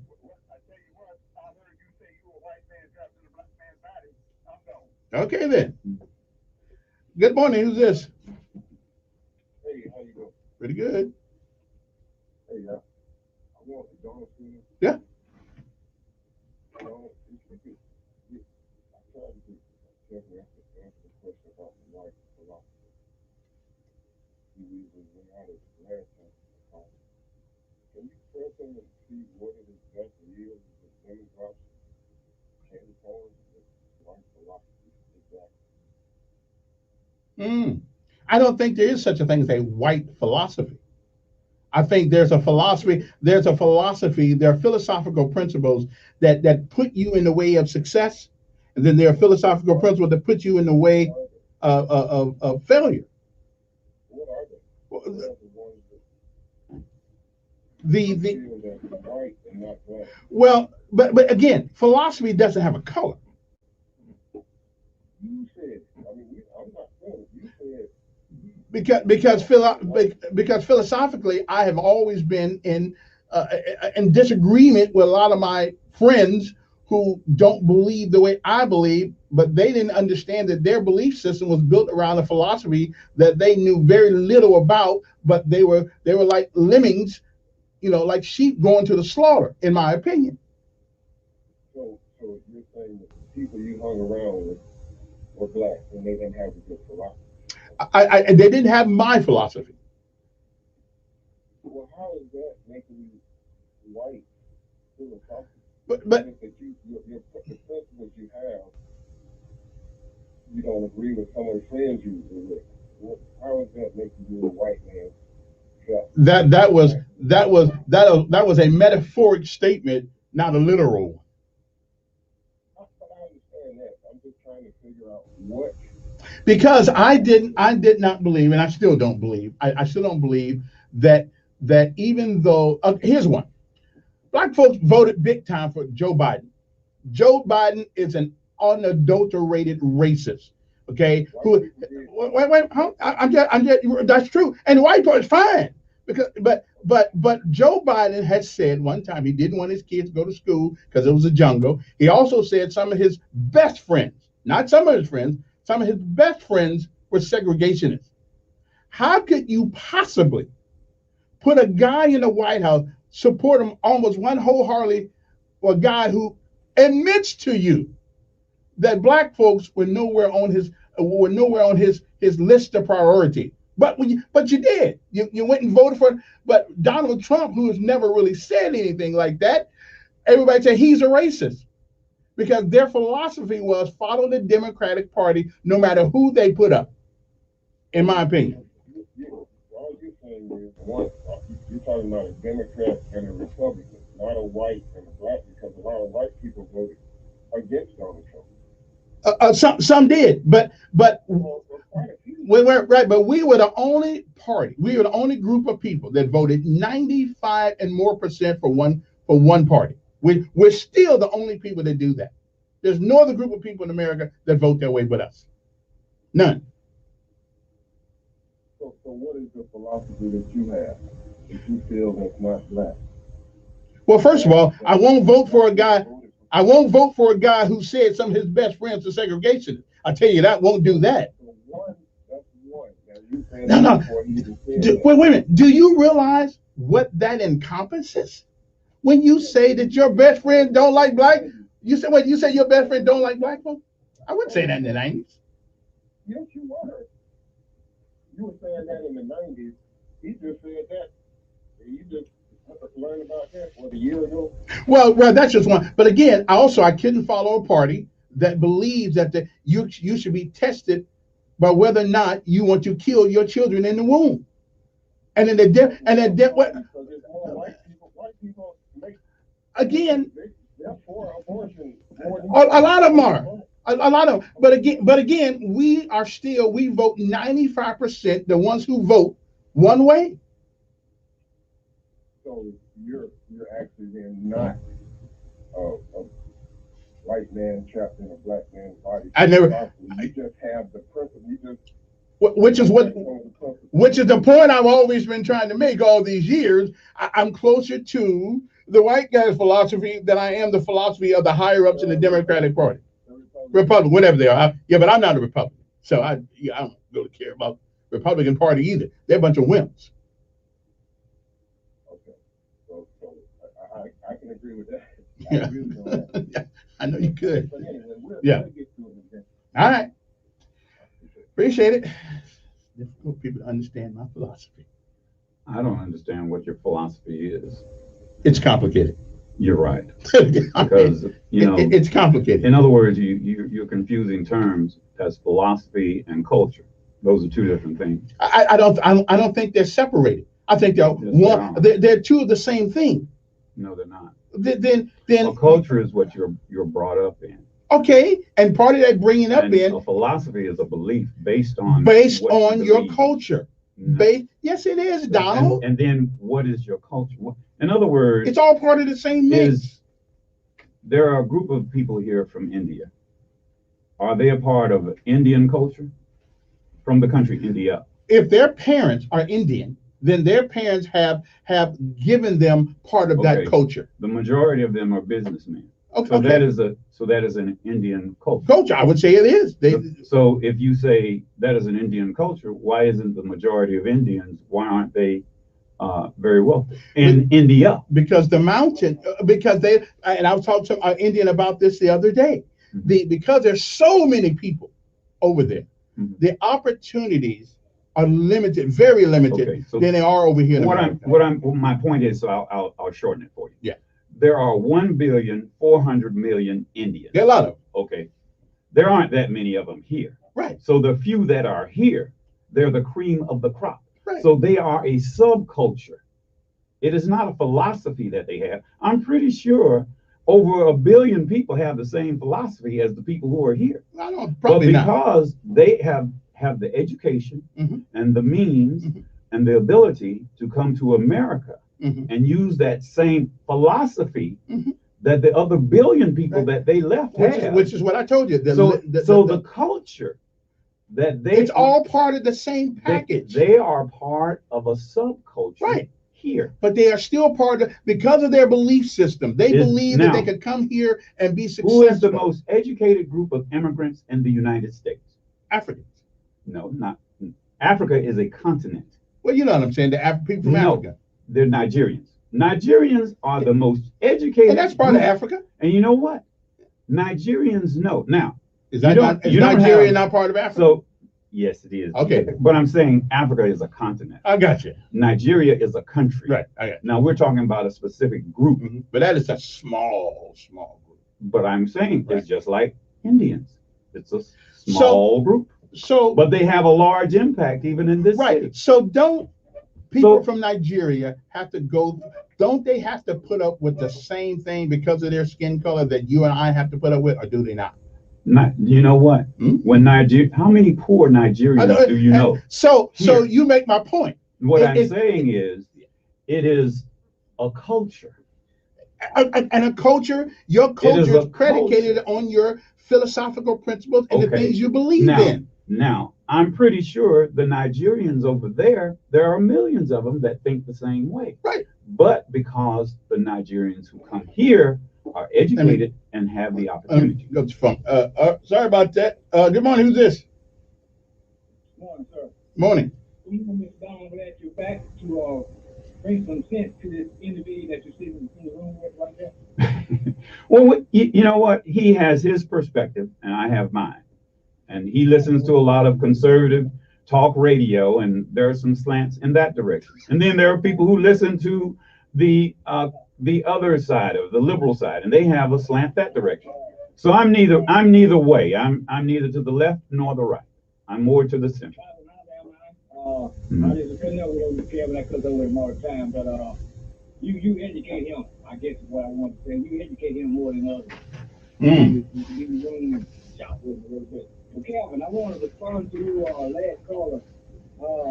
You know, you're talking about how racist Biden was and all that. And it was. Didn't George Wallace used to be a racist?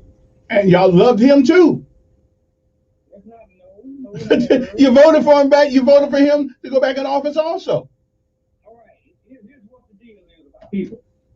Once you get to know a group of blacks or a group of whites, you can form an opinion about them after that. You know, like in the Bible, they said people misunderstand the phrase of don't judge. You got to form an opinion of somebody, make a judgment of their character after you get to know them. But back to Biden now, he may have said those things, but he's shown us that he's not like that. Actually, a lot of their words, unlike your last president. You guys make more excuses for this. Yeah, but yeah, okay, I had enough of that. I got to take a break. We'll be back. Call me back later. Something. I'm sick of that. You make all the excuses in the world for Joe Biden, but Trump didn't do. Trump, more black folks had jobs under Trump than any other time in America. Okay, Trump didn't say anything racist while he was in that White House, but Biden didn't say, "Well, he changed." I'm so sick of hearing that crap. I don't know what to do. We'll be back.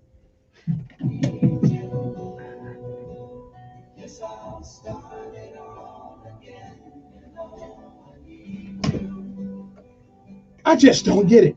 We make excuses for that man, but Trump was this, and Trump ain't saying nothing about his best friends are racist. He didn't want his kid to go to a he didn't have to send his kid to school. As a matter of fact, even George Wallace said segregation now, segregation whatever. Everybody black person they got to vote for him again. You just got to be a Democrat. And you get absolved of all your responsibility. I don't get it. I don't understand. Back at me.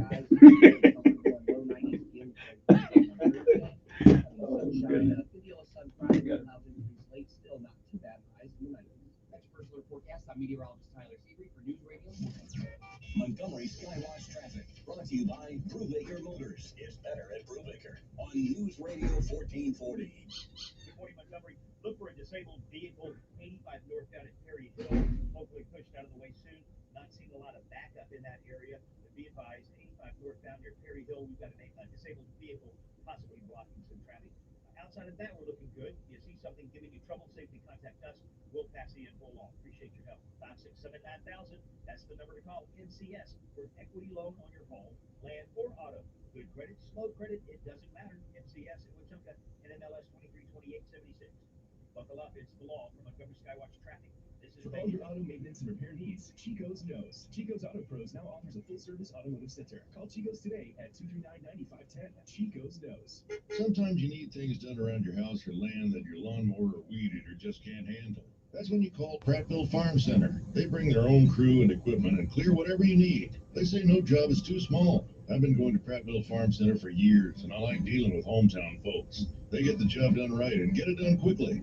If you have land that needs clearing, call Randy at Prattville Farm Center on South Memorial Drive in Prattville. Call 365-5400. He wants to have fun at Camp Bow Wow, now open in Montgomery behind Utopia. Camp Bow Wow offers all-day play, live camper camps, 5 indoor-outdoor play yards, and all-inclusive pricing. Visit campbowwow.com/Montgomery or call 401-CAMP. UFOs are back in the news, and even the military can't explain these strange UFOs intercepting our ships and planes. Are they a sign of something real, dangerous, or even biblical? Now, Rob Schmidt takes a look at the biggest mystery of our time. Rob's special series, UFOs, Are They Really Here?, airs all this week on Newsmax. Tune in to Rob Schmidt tonight on Newsmax, now on all major cable systems. It's already the 4th largest cable news channel. If your cable company doesn't carry Newsmax, call them. Tell them you want Newsmax, or you can switch. Or get Newsmax for free on your smart TVs, Roku, Sumo, Amazon Fire, Apple TV, and more. Don't forget to download the free Newsmax app on your smartphone and start watching now. So find out the latest on UFOs with Rob Schmidt and check out Newsmax tonight. It's real news for Budget Car and Truck Sales, Wells Fargo, Capital One, American Credit, Ally, Chase, and local credit unions. They've all set out to generate loans in the Montgomery Prattville market. And Budget Car and Truck Sales has been chosen to host this event. They have goal to write 116 loans by the close of business this month. Regardless, more than 20,000 monthly recipients will receive an invitation to this sale to be held at Budget Car and Truck Sales this weekend. If you received an invitation by mail, you're approved. If you didn't receive a notification by mail and you qualified in the past, you need to get to Budget to get pre-qualified again now. Special bank lenders will be on site for fast and easy financing. 100% credit approval is our goal. Door prizes and fun for the kids. Get to Budget today to get these exclusive deals with the banks and lenders that want to say yes. Budget Car and Truck Sales, 2 great locations, 61 Mendale Parkway next to Fraser Church, or all new in Prattville, 508 McQueen Smith Road. See us online, buybudgetonline.com. That's buybudgetonline. Are you the parent of a 2 to 7-year-old? Listen closely for an exciting free radio offer. By now, you've probably heard of ABC Mouse, the Parents' Choice Award-winning online learning program that's actually changing the lives of early learners everywhere. ABC Mouse is like a little one-on-one teacher. It has helped her so much. Right now, we're offering a special radio promo to try it free for a month, but you have to go to abcmouse.com/radio to claim your free month. That's abcmouse.com/radio. Sponsored by Age of Learning. When the forgotten poor are in need of healing, they wait for a ship unlike any other. Mercy Ships, a floating hospital staffed by volunteers, heroes of mercy who donate their time to save lives. Every human has the right to have a place at the table of the human race. If you could just see the smiles that you get when lives have been changed, then it would make it all worth it. To learn more about Heroes of Mercy, go to mercyships.com. Telling it like it really is. That's the fact, Jack. It's the Dan Bongino Show, weekdays from 11 to 2 on News Radio 1440. Okay, we're back. Got time to take one more call, then we got to go to a break, but somebody's been holding on here forever, so let me see who this was. Good morning, who's this? Good morning. Mm. You know, your cloud is right. Oh, they do? Oh, I didn't know that. Oh, okay.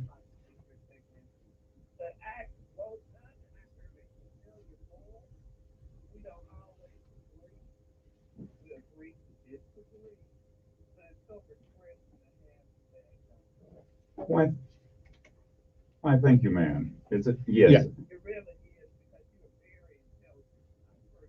You have a lot of knowledge.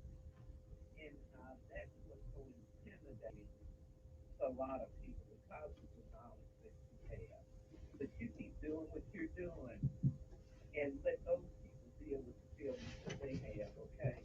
And you just stand your ground. You will never change. You've always been the same. So then when this change, I disagree with that, because I've known that for a long time.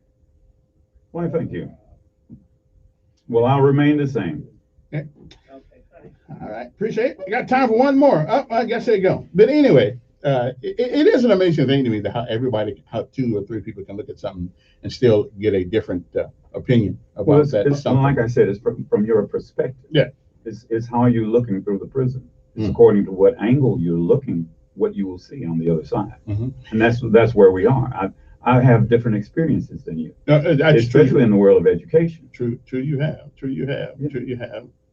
So you weren't fortunate enough to be around when. Why was your education different from mine? Because I was fortunate during the years that I was in my elementary and high school education, and especially in elementary education.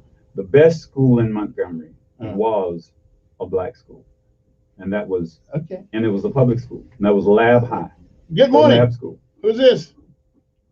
Well, dude, good morning.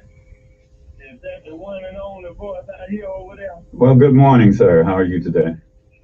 Well, good morning to you. Long time no hear from. Well, it's been over a year, but we're back. We're back. You sounding good. You coming over loud and clear. Well, that's good. That's good. I appreciate it. I certainly wish you well, because you're gonna need it as usual. Well, it's the same.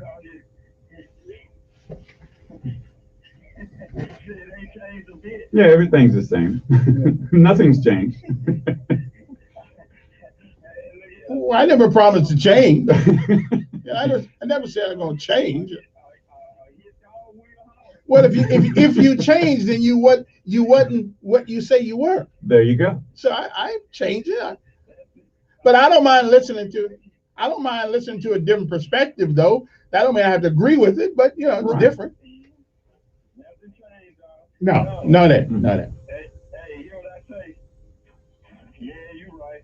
But wait a minute. The world has not changed. I mean, not really. I mean, you know. That went over his head. Okay, well, you know, I'm kind of slow. Before you get out of there today, if you have time, will you bring us up to speed on the cemetery of Oakwood? I'm not really involved with the cemeteries right now. I let the city handle that. The city is handling that. They're doing their job. Time's up. We'll be back. My guest, Donald Jingle, with us. We're talking about the things that we always talk about, our differences and how we look at life. But that's okay, you know. I mean, you know, what's them thing with the casseroles have a lot of stuff in it, right? You know, so yeah, so we got the talk radio casserole up here. Hey, you gotta go. Talk radio casserole. You have some interesting metaphors. But you do bring something to the table with your conversations. You make people think, no. They took us over to the group also. Good. You don't need it. Pastor Ed Litton of Alabama defeated a Georgia pastor who had been backed by a group calling itself the Conservative Baptist Network. It's still unclear what prompted an employee at a fire hydrant factory to open fire yesterday, killing 2 people. Albertville police say the workplace shooting appears to have been unprovoked, but the FBI is now involved. Authorities say Andreas Horton shot his co-workers Michael Dobbins and David Horton at the Mueller Company, then shot himself. Right now, on the WSFA 12 News app, Montgomery Mayor Stephen Reed addresses the resignation of Police Chief Ernest Finley, and a former Montgomery teacher is arrested on ethics charges. More news today at noon. I'm Mark Bullock, WSFA 12 News.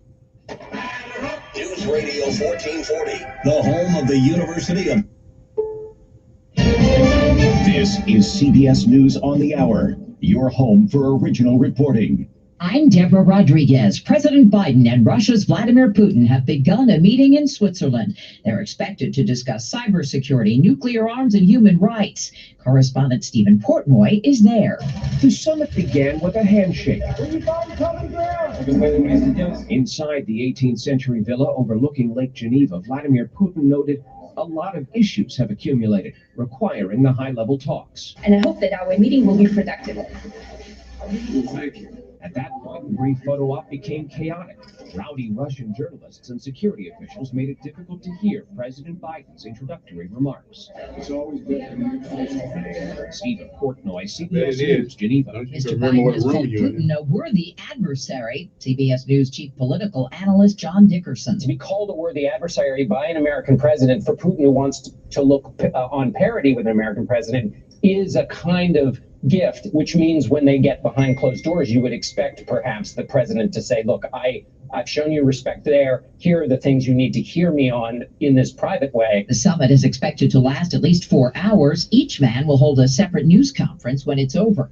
Foreign diplomats are trying to calm new tensions between Israel and Hamas. CBS's Robert Berger is in Jerusalem. Israeli warplanes struck Hamas targets in Gaza after Palestinians launched fiery balloons that torched fields in Israel. My son told me, my son said, you know, you wouldn't get Nick Jake. Your position be different on a lot of issues. I said, you know, you might be right. General Motors will boost global spending on EVs and autonomous cars by 30%. A few weeks ago, Ford announced it would increase spending on similar projects by more than a third. People in the West are still suffering through triple-digit I would took my photography more interested in my photography. I bought a $2,000 camera a year ago. Still got the doggone thing. In my apartment. And I have 2 dogs. It's an expensive hobby. Because I wanted to learn how to do one. But I learned the hard way. It takes more than having a camera. Yeah. Mookie Betts ignited a sellout crowd at Dodger Stadium. It's an interesting hobby. right now. And the lens, I mean, they got lens that cost anywhere from $3,000 to $5,000. Yeah. Lens. Really? Stands were filled to capacity for the first time You've since got the to be really pandemic began. Yeah, you do. Dodgers beat the Phillies 5-3.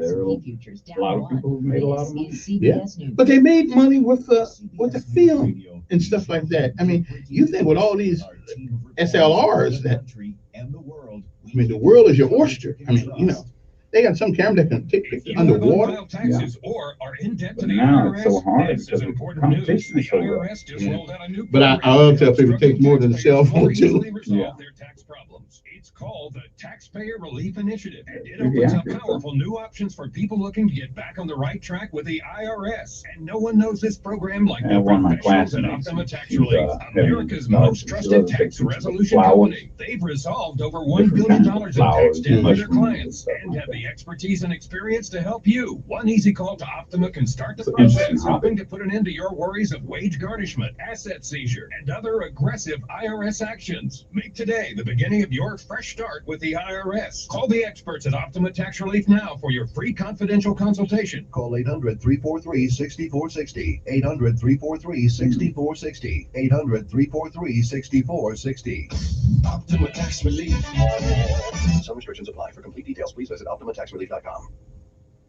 People who receive food stamps in Ohio will have to go through new testing to prove they deserve them. Under a new state Senate budget proposal, anyone receiving food stamps would have to Well, undergo that'd be a an bad idea assets again. test. It measures their total worth, including the value of cars. Lawmakers say the goal is to make sure those who are really needy get the benefits. That may be kind of they deserve. unfair though, Say it because may if force I had a low-income good job residents and to I got a choose good between car having while I food had a good and job, owning a car to and all of a get to sudden I work. don't have a But job low income anymore, is the only test needed but you're gonna for judge me stamps. by the Anyone car that I making got, $2,300 you know, a month whether or not I will ought to get the benefit food stamp. eligible I can't eat the car.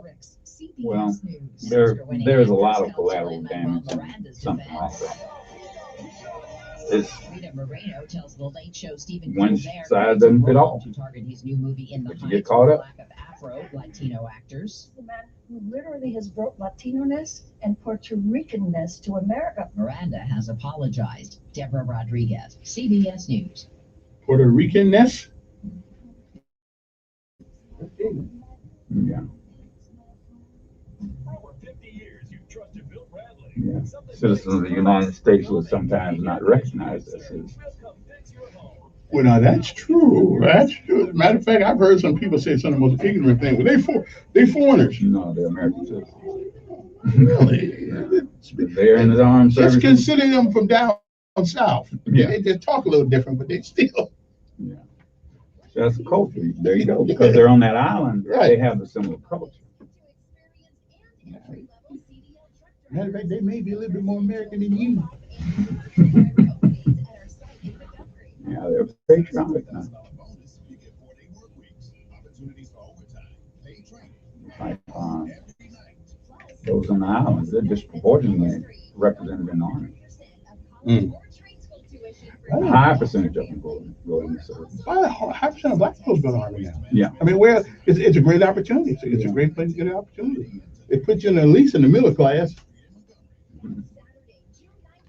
I was never destined for the upper class. See, that's the difference between the American Army and the rest of the world. They go in the service to die for their country.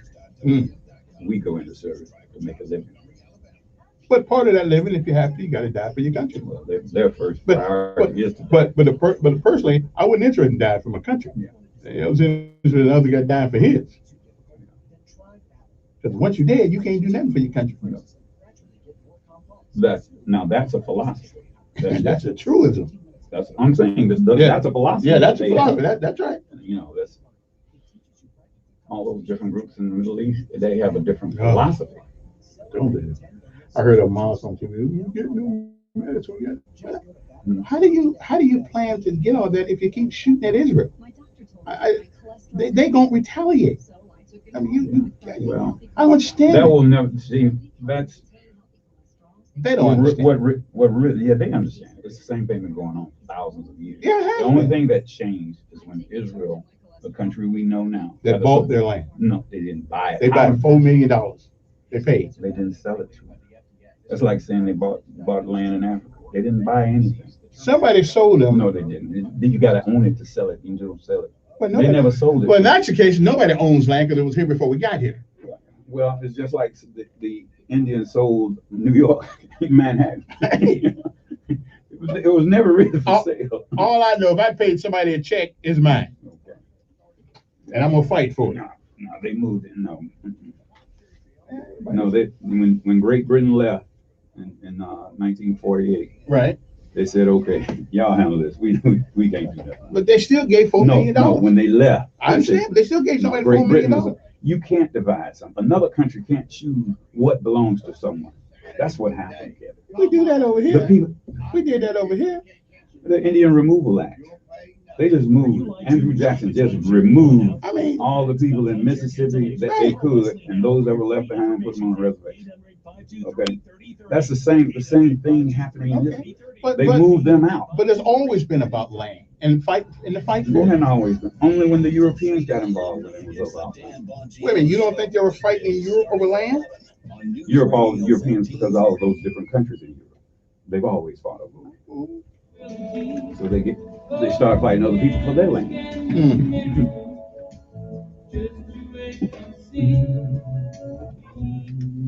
Okay, we are back. Good morning, everybody. Hope this day finds you well. A couple other things going on besides this CRT thing.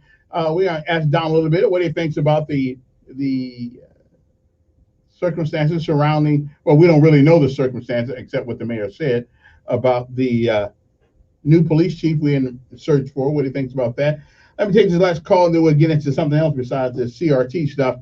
Good morning, on air. Good morning.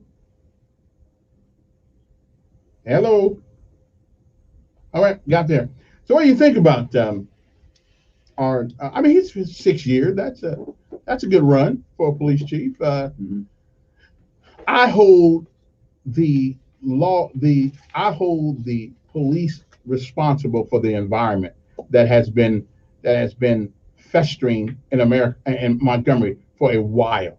I'm not holding them personally responsible for people who do dumb things, but I am holding them responsible for the environment where people feel so free to go around and shoot, steal. I am holding them responsible for that because we have to hold somebody responsible, or else why are we paying? What say you? I say that all of this is overhyped by the media and people like you. There's always been crime in Montgomery. Before desegregation, there were areas that were always considered the bucket of blood and the bottoms, those kinds of things. That's always been, but it wasn't played up in the media so much. When there was a killing on Oak Street, it wasn't even in the newspaper. I remember when there was a time that there were no killings in our community that were put in the newspaper. Okay? Now, when you turn on the news, is 24 hours. Shouldn't it be known? Doesn't matter. It only matters if it is in your community around you. Okay? That's when it matters. In other words, if someone is killed in Chicago today, that doesn't matter to me here. Okay? Someone died. Now when we start saying, okay, a killing on Carmichael Road, okay, the police can only respond to a violent act. They can't prevent it. There is no way that is a moral issue that we should address from those who are supposed to be in charge of the moral standards, and that would be our churches. I blame the churches. There should be missionaries instead of going to Africa or South America. These missionaries should be going into communities where there are problems, and that's where we get into that critical thinking. You understand what I'm saying here? Mm-hmm. It's not what happens; it's our reaction to it. So what we're playing is the blame game. We want to blame the police. We want to blame someone else. But these are individual actions that are happening. You can blame the individual who did the action. Now, you're not going to stop them. I don't care. You could put 100 policemen on one street, and it still wouldn't stop a person if they wanted to beat their wife in their house or shoot their wife or whatever. It's not the police. These people are just doing the spur of the moment action. And what's added to it is the gun culture that we have. This is the byproduct of the gun culture we have. Those people, Second Amendment rights, Second Amendment We've rights. always had a gun culture in America. Okay, that's right. And that's why we've always had violence. Yeah. The most violent period of this country was not now, it was during the expansion of the country, where there were more killings in the movement of the West than there are now. Well, sure. But we're supposed to be more sophisticated when everyone, today. no, we're not. When you grew up and I grew up where we thought it was fashionable and it was fun to have two 45s on your side. Good morning. Who's this? A cowboy.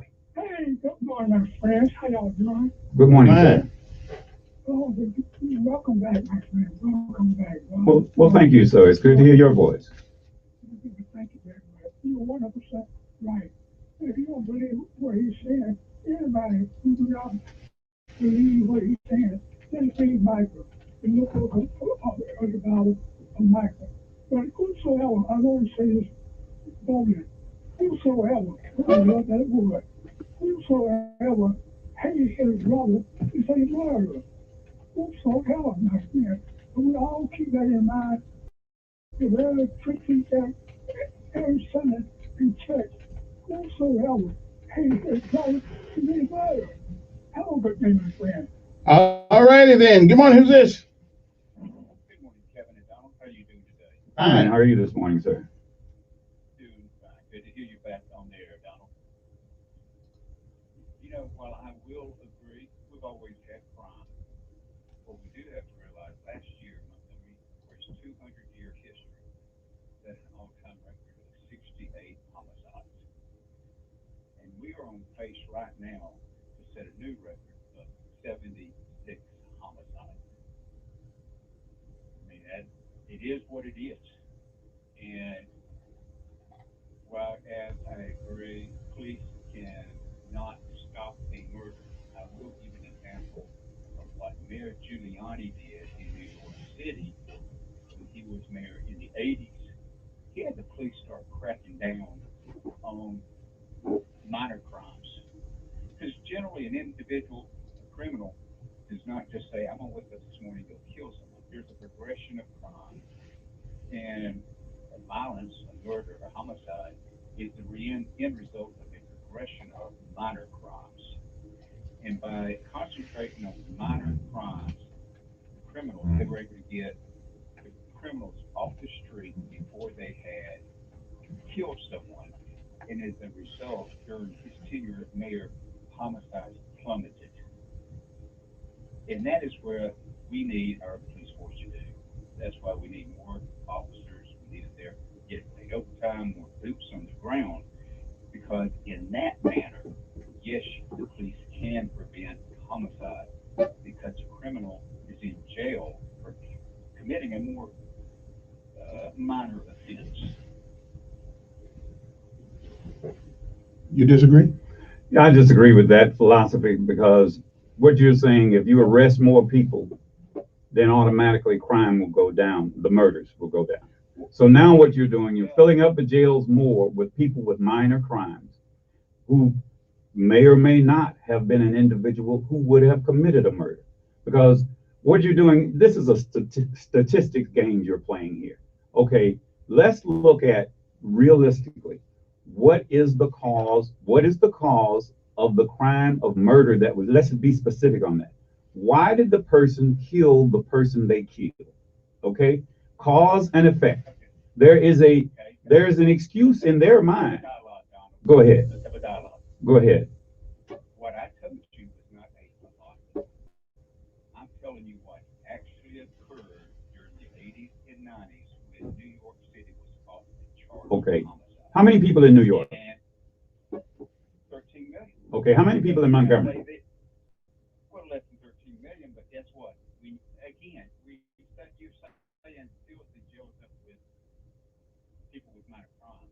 The fact of the matter is, if you're a burglar, if you're entering into a house, as an example, armed, breaking and entering, then more likely you don't have a problem shooting somebody if you are breaking and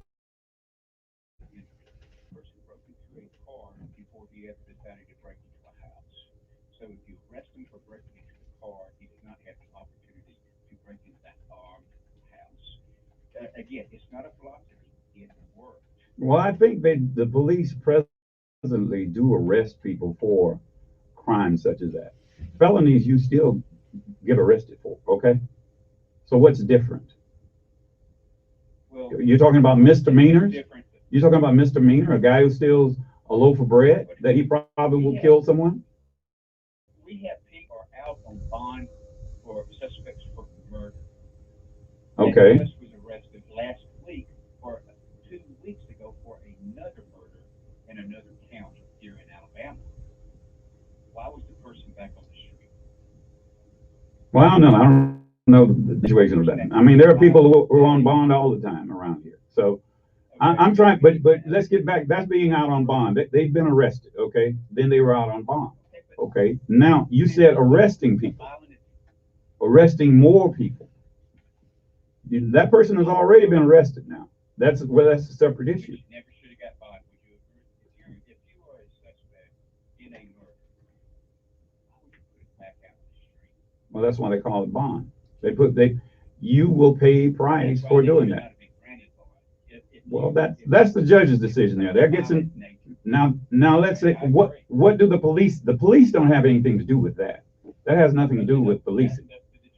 So we're back to the issue you said of arresting people.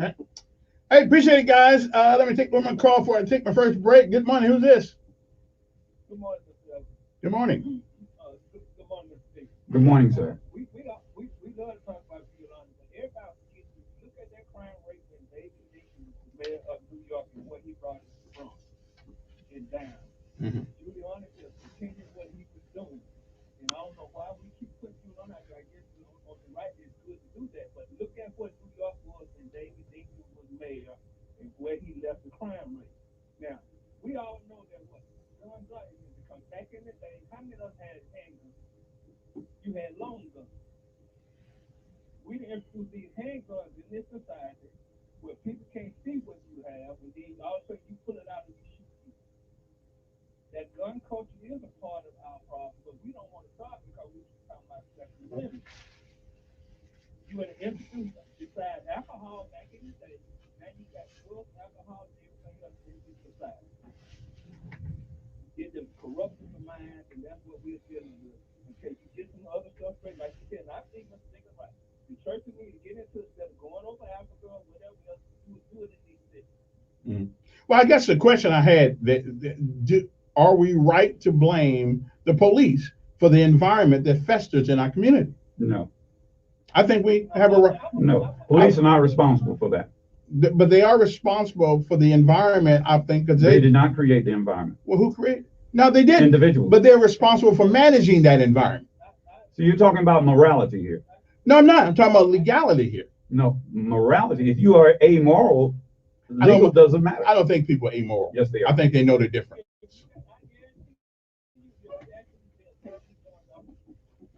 Okay, as long as they do it legally, as long as we do it legally, I'm good. Yeah.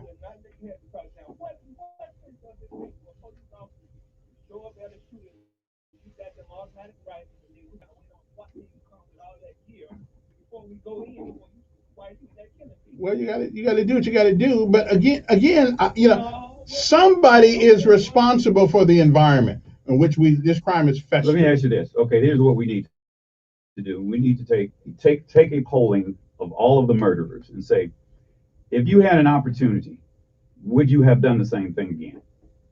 Okay. They'll probably say no because they got caught. Because they got caught. No. They got caught. Only difference is they got caught. Okay. Now, if you had, why did you shoot John? John dissed me, so I shot him. Okay. He disrespected me. Well, he needs to go to jail for being stupid. Okay. Anyway. So that's what that is amoral. Where I think I'm right by taking your life because you disrespected me. That is an amoral individual. I just don't believe in amorality. I'm sorry you don't, but there are amoral individuals. I think everybody knows. Kevin, there are guys out there right now. Wrong. If you walked out of this door and you stepped on his foot accidentally, he'd kill you. No. That is an amoral individual. I don't believe in those kind of people.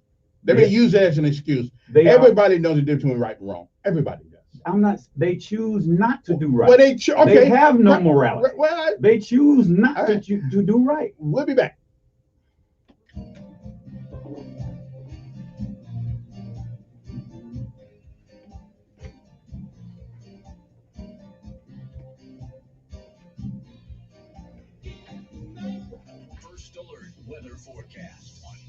I'll give a perfect example. You know, in the Costa Nostra and those kinds of those guys are amoral. There is no right with them. I don't know. I've seen pictures where they didn't like what they did. They just did what they had to do out of duty and out of their commitment. Look, here's what happened. During the Nazis, that was a philosophy. That was amoral. It was amoral. Yeah. Okay. Morality was gone. We eliminate these people because they are inferior to us. That is an amoral individual who thinks like that. Well, you may have the thoughts of an amoral person, but even Hitler knew the difference between right and wrong. I didn't. They know the difference, right? But they choose wrong. Well, that is amoral. Right. It doesn't mean you don't know the difference. But if you acknowledge wrong, then you're not amoral. You choose, and that is amoral. That means you have no morality. You know it, but you choose it. Your morality is what you choose it to be. That is amoral. If you choose to do wrong and give excuses and say it's right, that is amoral. That is amoral. Okay? See, there is immorality and there is morality. When you choose and make the decision all the time to do wrong, that is amoral. That is not a moral act. And if that is you, that's a culture. That's what we're dealing with. And when people like you won't admit that we have amoral individuals out there. But I think when you acknowledge right and wrong, so you can choose not to do right, because I've done that. Yeah, you can choose not to do right, but that doesn't mean I don't know the difference. I'm not saying you're mixing it up there. They know the difference. Now, according but to they this, choose not to. According to this, lacking a moral sense, unconcerned with the rightness and wrongness. There you go. Unconcerned something. With it. No, it's there, but they're not concerned with it. Then if you're unconcerned, why do you even acknowledge that there is? You acknowledge, but you're unconcerned about it. It don't matter. In other words, that's what I just said. You just saw that you had to look it up, but I'm saying the same thing that you just read. Right. You're unconcerned that it's wrong. But your thing was you used to say they don't know the difference, and I said I beg the difference. They know the difference. You know what? I had to change my wording to be correct because if you understood me to say they don't know the difference, I'm specifically saying they know the difference, just choose not and they choose not to do it. That is amoral.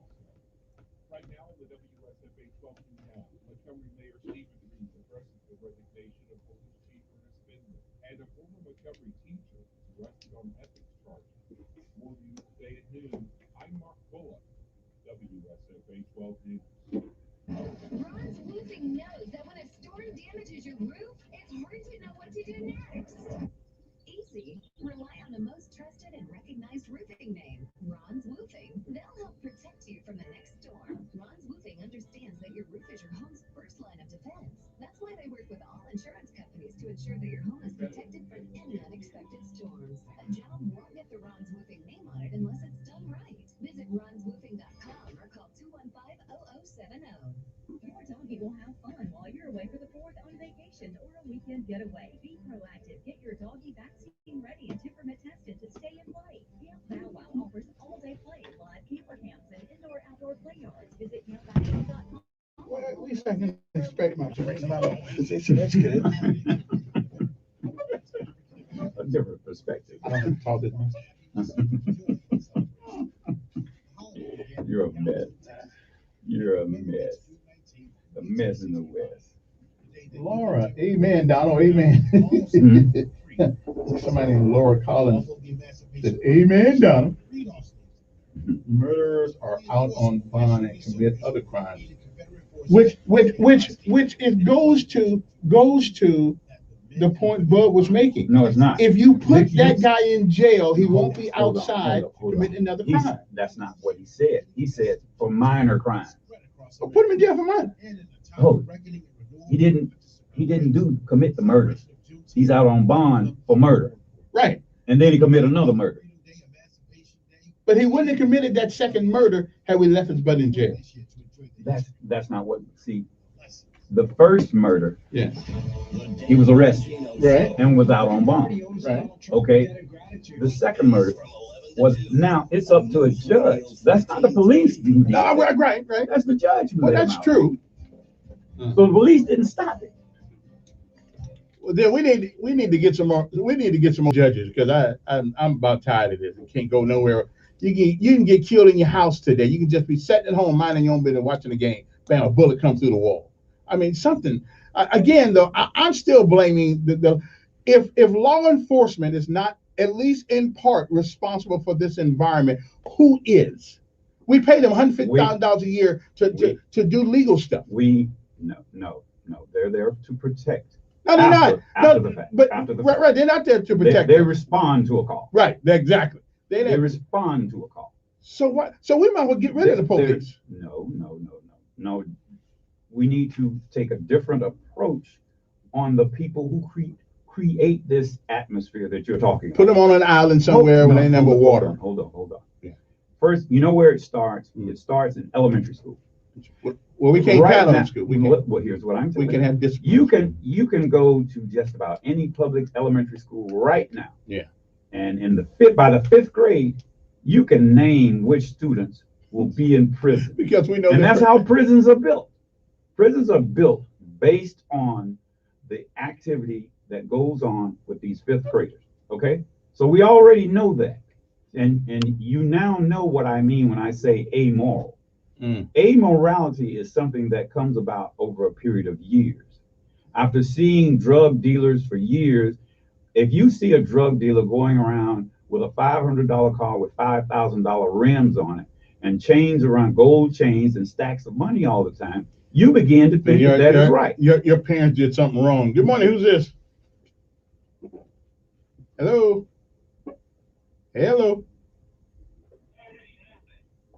Yeah. Yeah, hold on a second. Okay, there we go. Now, go ahead. Hey, Kevin, the point is exactly right.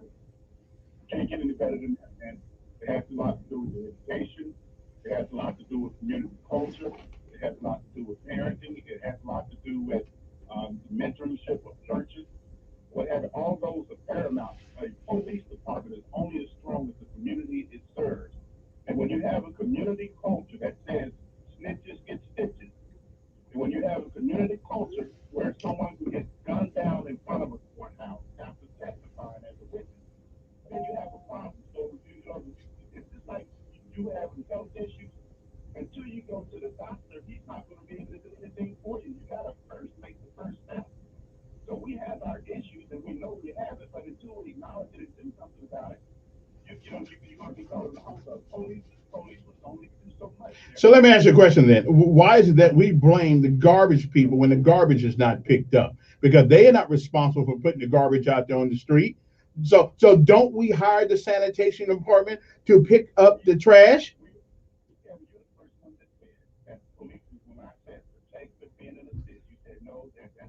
That's what the Supreme Court said. It's not their job.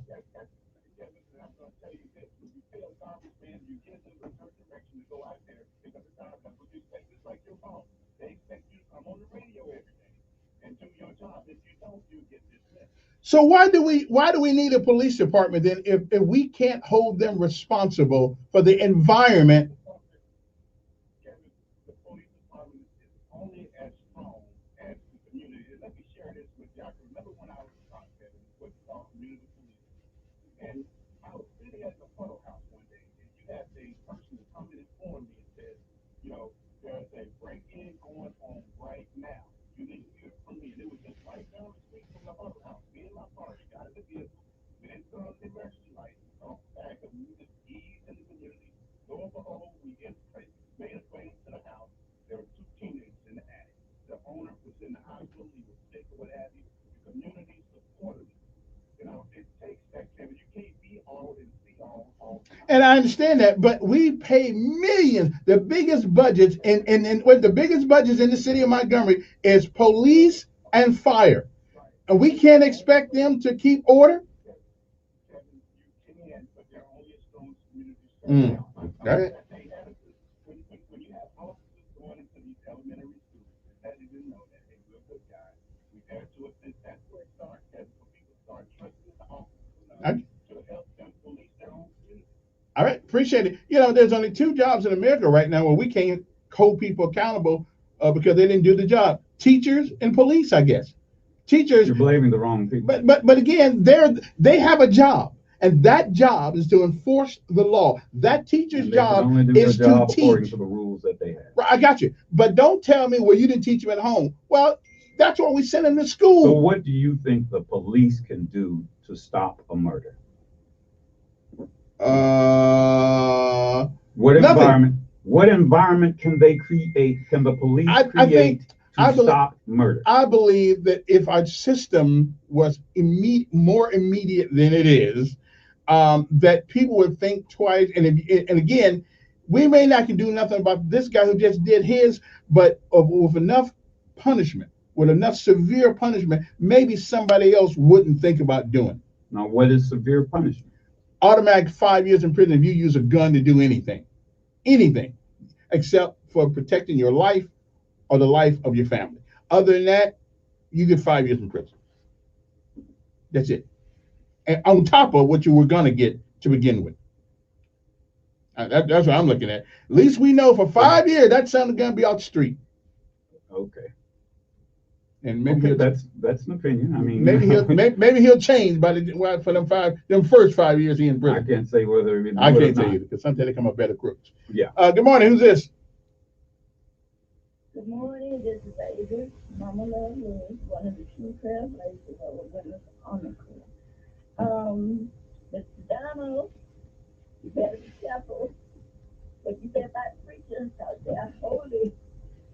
They're no more holier than I. Yeah, let's not get. They don't get a pass because they hope because they are they no more holier than I. Yeah, let's come on. There's just a man.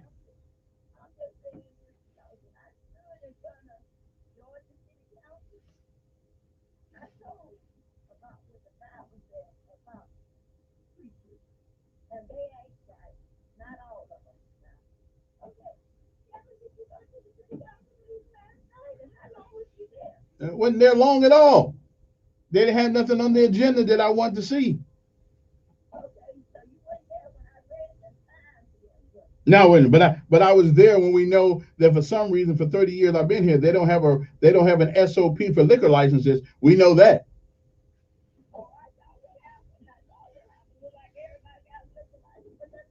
And I'm just telling you, there's no standard operating procedure for liquor licenses in the city of Montgomery.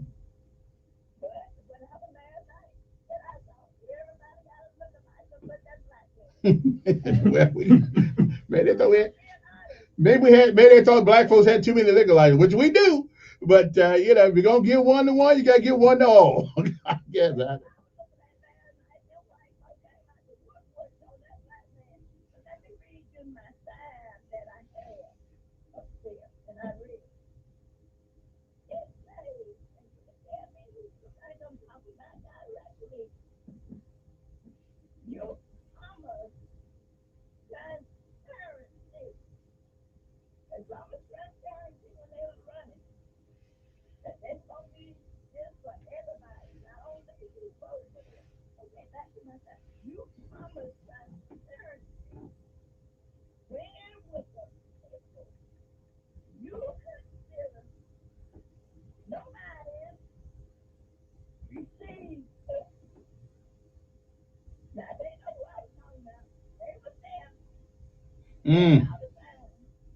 Well, now I believe though I believe that there are around 200 in the incorporated city of Montgomery, about 200, at least 190, 900, over 100-something thousand people in the city of Montgomery.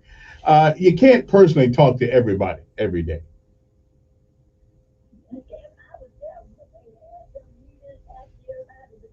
Yeah.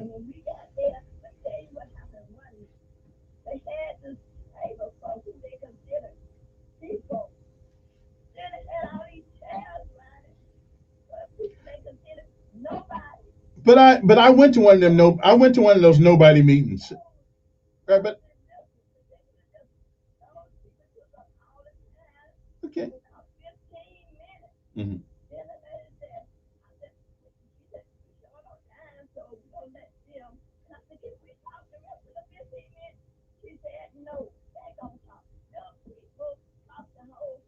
Mm.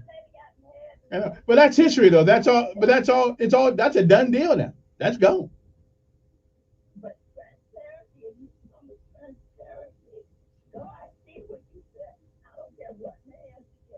All right. All right. Hey, appreciate it. What time, man? It's getting late already. 8:30. Man, it's getting late. Good morning. Who's this? Hello. Okay. You there? I think I gotta get these calls faster because evidently they don't hold on long. Good morning. Hello. Okay. Okay. Good morning. Who's this? Yes.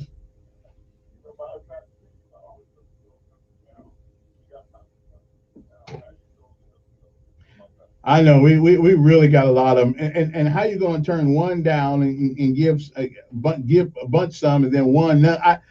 There is no standard operating procedure down there for liquor licenses.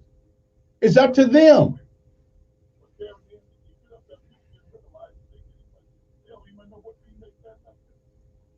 Oh well, maybe they wasn't pronouncing his name right. Mm.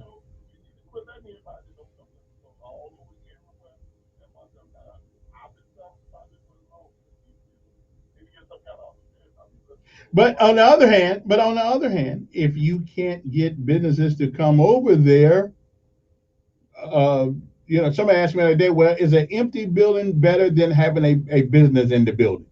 I'll let the people who live in that community decide that.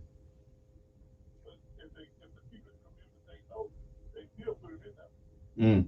Well, because it's a legal business.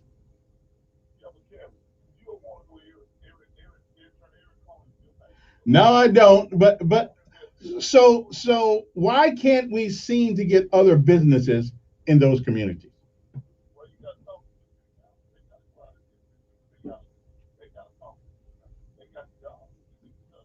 Okay. Well, the man y'all had that was doing it, because he's a Republican, we let him go. Mm. Yeah. Yeah. All right. All right.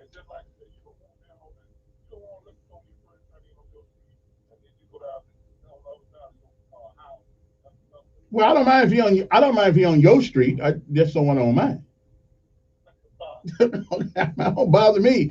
All right. Let me see. Good morning. Who's this? Hello. Yes. I don't know what's wrong with it. We're working on it. I have a question for you and Don. Mhm. How many people have you all here? Well, I could tell you that, but that's top secret. I mean, in my civilian life, none.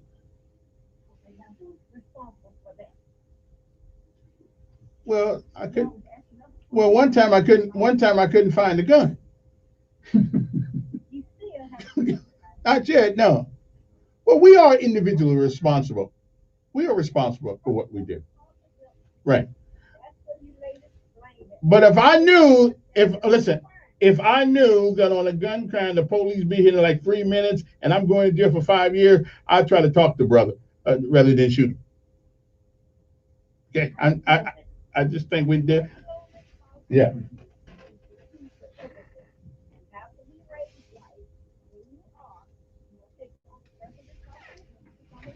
So why do we pay people to pick up our garbage though? And their job to pick up garbage. If the garbage not picked up, guess what? We get on them. Well, when crime is high, we ought to get on the police too.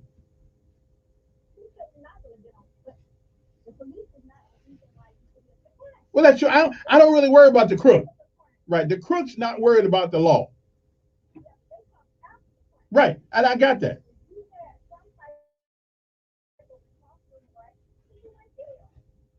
Well, that's because y'all women too busy, holding them by the hand, telling them you love them when they're out there committing them crimes at first. Okay, that's what the. Okay. How you wait a minute? How you know he ain't been to jail? Okay. All right. He live in Montgomery? Does he live in Montgomery? Well, you make sure you tell him to call me one more. We'll talk about that. Anyway, see ya. We gotta go. We ready to do this.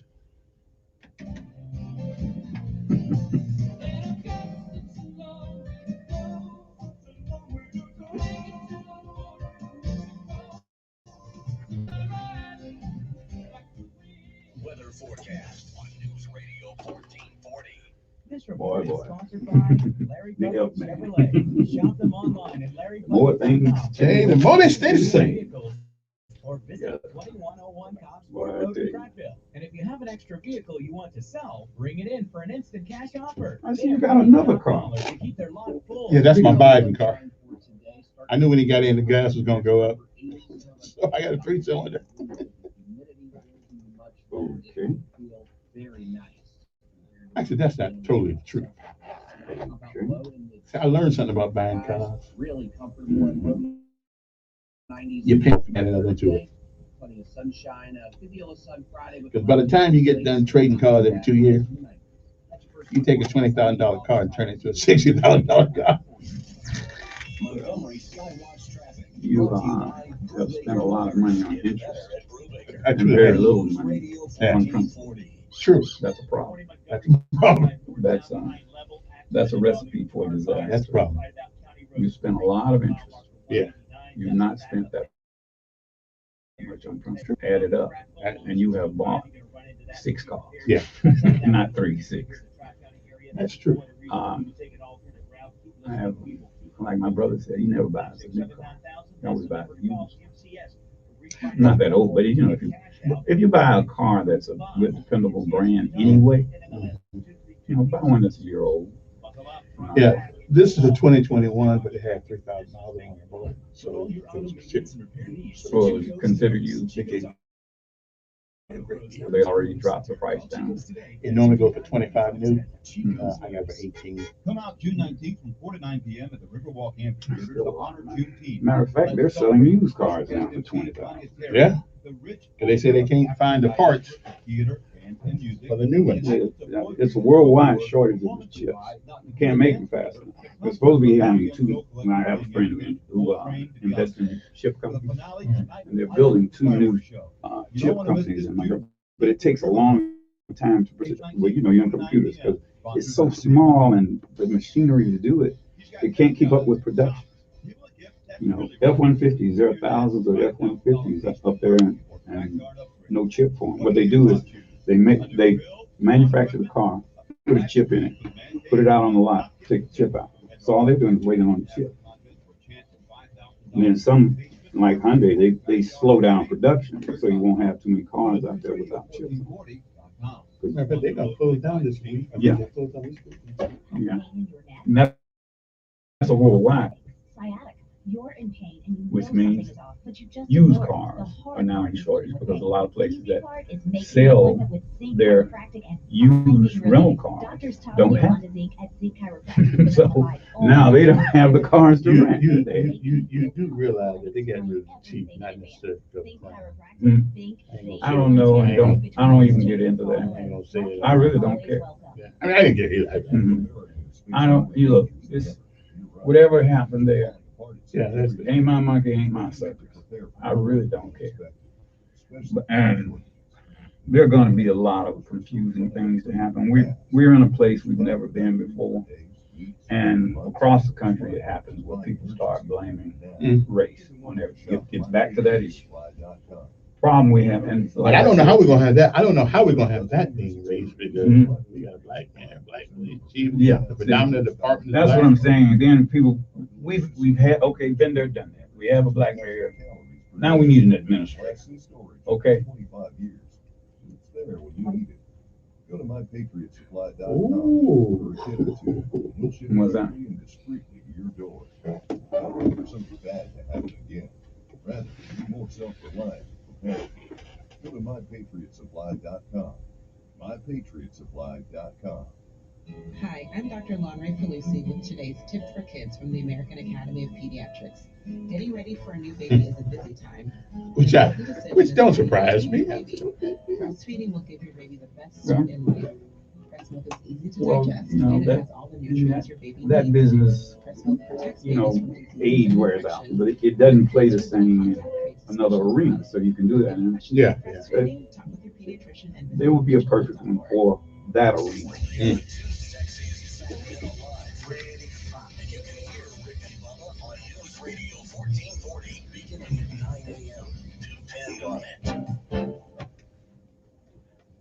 All righty, then I'm gonna go straight to the phones and not do a whole lot of talking this time. Let you guys get in here. So let's go. Good morning, on air. Good morning. Yes. Morning, Donald. Good morning, sir. Yeah, welcome back. I've been listening all morning.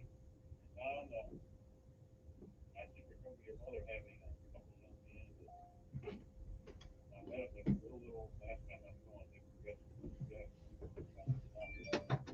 just great, real well. I don't ever take anything that you say for granted. I'm taking you with action. And I think what we need to do, this is my suggestion, I've been planning 2019. We need to take more of an engineering approach to things. Like when I met you, they did an approach on ride. Myself and the other guys were creating a midnight basketball. These four boys on my team were murdered. A couple of things have happened during that. This is education. My wife and I established a school. For some reason, the Board of Education decided to test themselves. They were school year round. Remember Huey Gordon? He might be listening. He was information officer for the public TV. I asked him for the crime report from the court. And there wasn't any because those kids were talking about it. I can remember we had a bus, Tony and I did. We had chased around, I was taking home. One kid got off the bus with a 22 pistol chasing.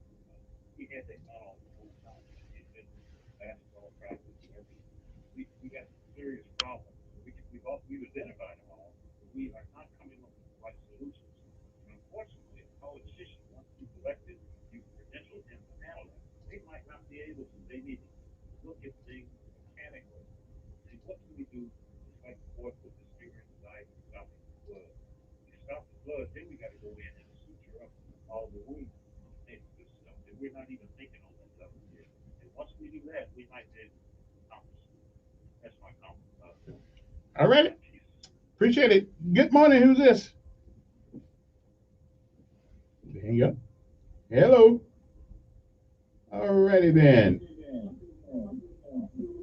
Good morning. Who's this? I got a deal for you, Kevin. Go ahead. Okay, if you could tell me how police can get to the crime scene after the bullet has been shot out of the chamber.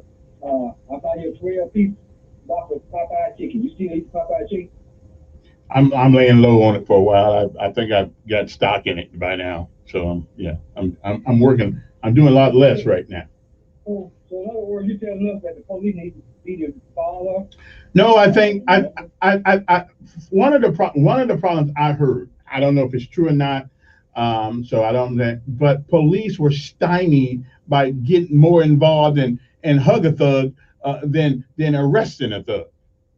Okay, and that's why this community policing crap. I'm great with it, right on. But that ain't what we need. Somebody firm, extremely firm but fair. These folks need to go to jail. We need to bring back that truck thing that used to jump off of. Now you know we got a different grade of kids than we had back. No, we don't. We got to say no, we don't. We got a different grade of we don't. We got different grade of grown-ups. The kids will be kids. Let me get the word in before you hang up on me. Yeah, because you know it's coming. Yeah, because you want to talk over people. This guy kept on talking about what Yulana did. Time changed since then. These young guys got assault weapons on the street more than often back in the day. So how can the police compete with that? Listen, I'm not a policeman, don't want to be one. But if you take the job like being a soldier, you know what? Part of being a soldier, getting shot at. You can't worry about them getting shot at now. You join. I don't. That's their job. No. Everybody has a responsibility. Okay, the people who put the garbage on the road, they have a right to think, since they paying for it, they have a right to expect their garbage to be picked up on the days that the city says we're going to do it. Again, I'm not trying to compare it, but I'm telling you that somebody's responsible for what's going on. Somebody. I think that we anyway. Good morning, who's this? I guess they're gone. Good morning, who's this? Hey, good morning, Ken. Yes. Yeah, I was talking about this morning, man. I see a SUV hit a pole and took off and with police officer. I find out in the school zone, that 13-year-old boy, and I told my kid, probably stole the car and the car flipped upside down. Since I called in the other day and told me that I had a break into my field, and I got a call last night from the family who gave me detailed instructions on the individual that broke into my field. And they said he's a well-known criminal. He done sabotaged the Ringwood and Southmont area. They trying to get him some help. So I said that, I just, they say he may have mental issues. He gave me a sense on a piece of red, knowing that, I got an idea on who did that. But I want to thank Frank White for stopping by yesterday. Man, we had a long, detailed conversation. Maybe he bought me a sense of hope as well about the economic development, why we had been so slow over in West Virginia. I hope people tune in Friday and listen to me and talk about bad over there on Rockford. Have a good day, brother. All righty then. Okay. Good morning. Okay then. Y'all always use my show to promote somebody else's show. What's up with that? Okay. But okay, y'all show me some love. So you realize I'm powerful and influential. I'm with you. Okay. There you go. You're powerful. I got listen that. to you. Yeah, I got that part. Good advertising. Yeah. Cumulus ain't gonna like that, but No, they don't appreciate it. Yeah. And I can imagine why. Yeah, me too. But on the conversation, and I'll just say this, and it's just from my perspective. The problem we have, and people can agree or disagree, we have a moral issue, and that moral issue translates into legal problems. We must look at the fact that we have amoral individuals out there who don't think like you and I. You have to deal with people where they are. Think how they think, and then you can address it. If they think doing wrong is right, there's nothing you can do or I can do to stop them from doing it. There's a percentage of people in this nation, in this state, and in this city who will do stupid things. Right.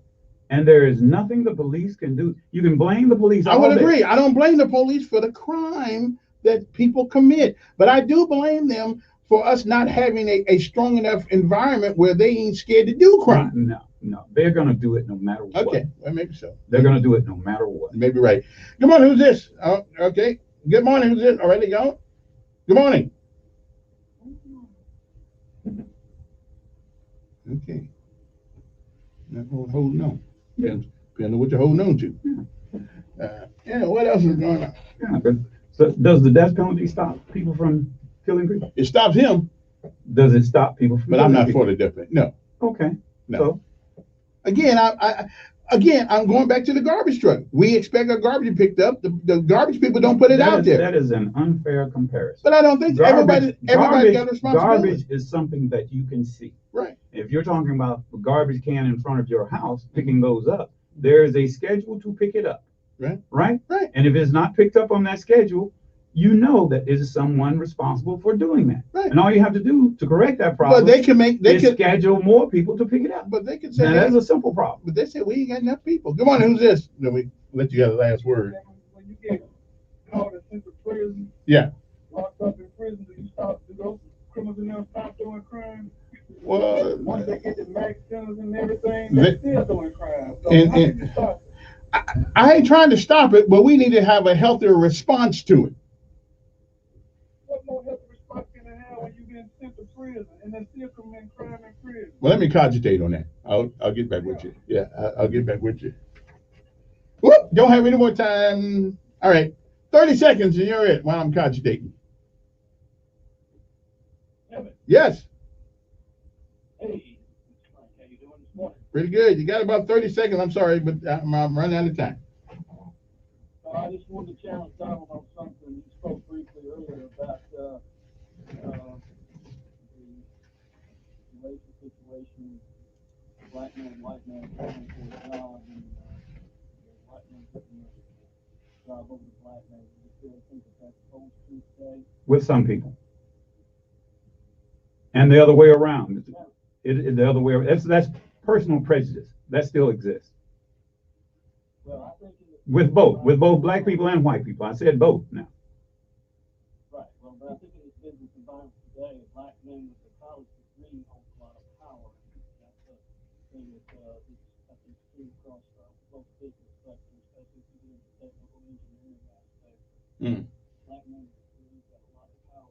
Oh, hey, I sorry, our time's up. We got to go.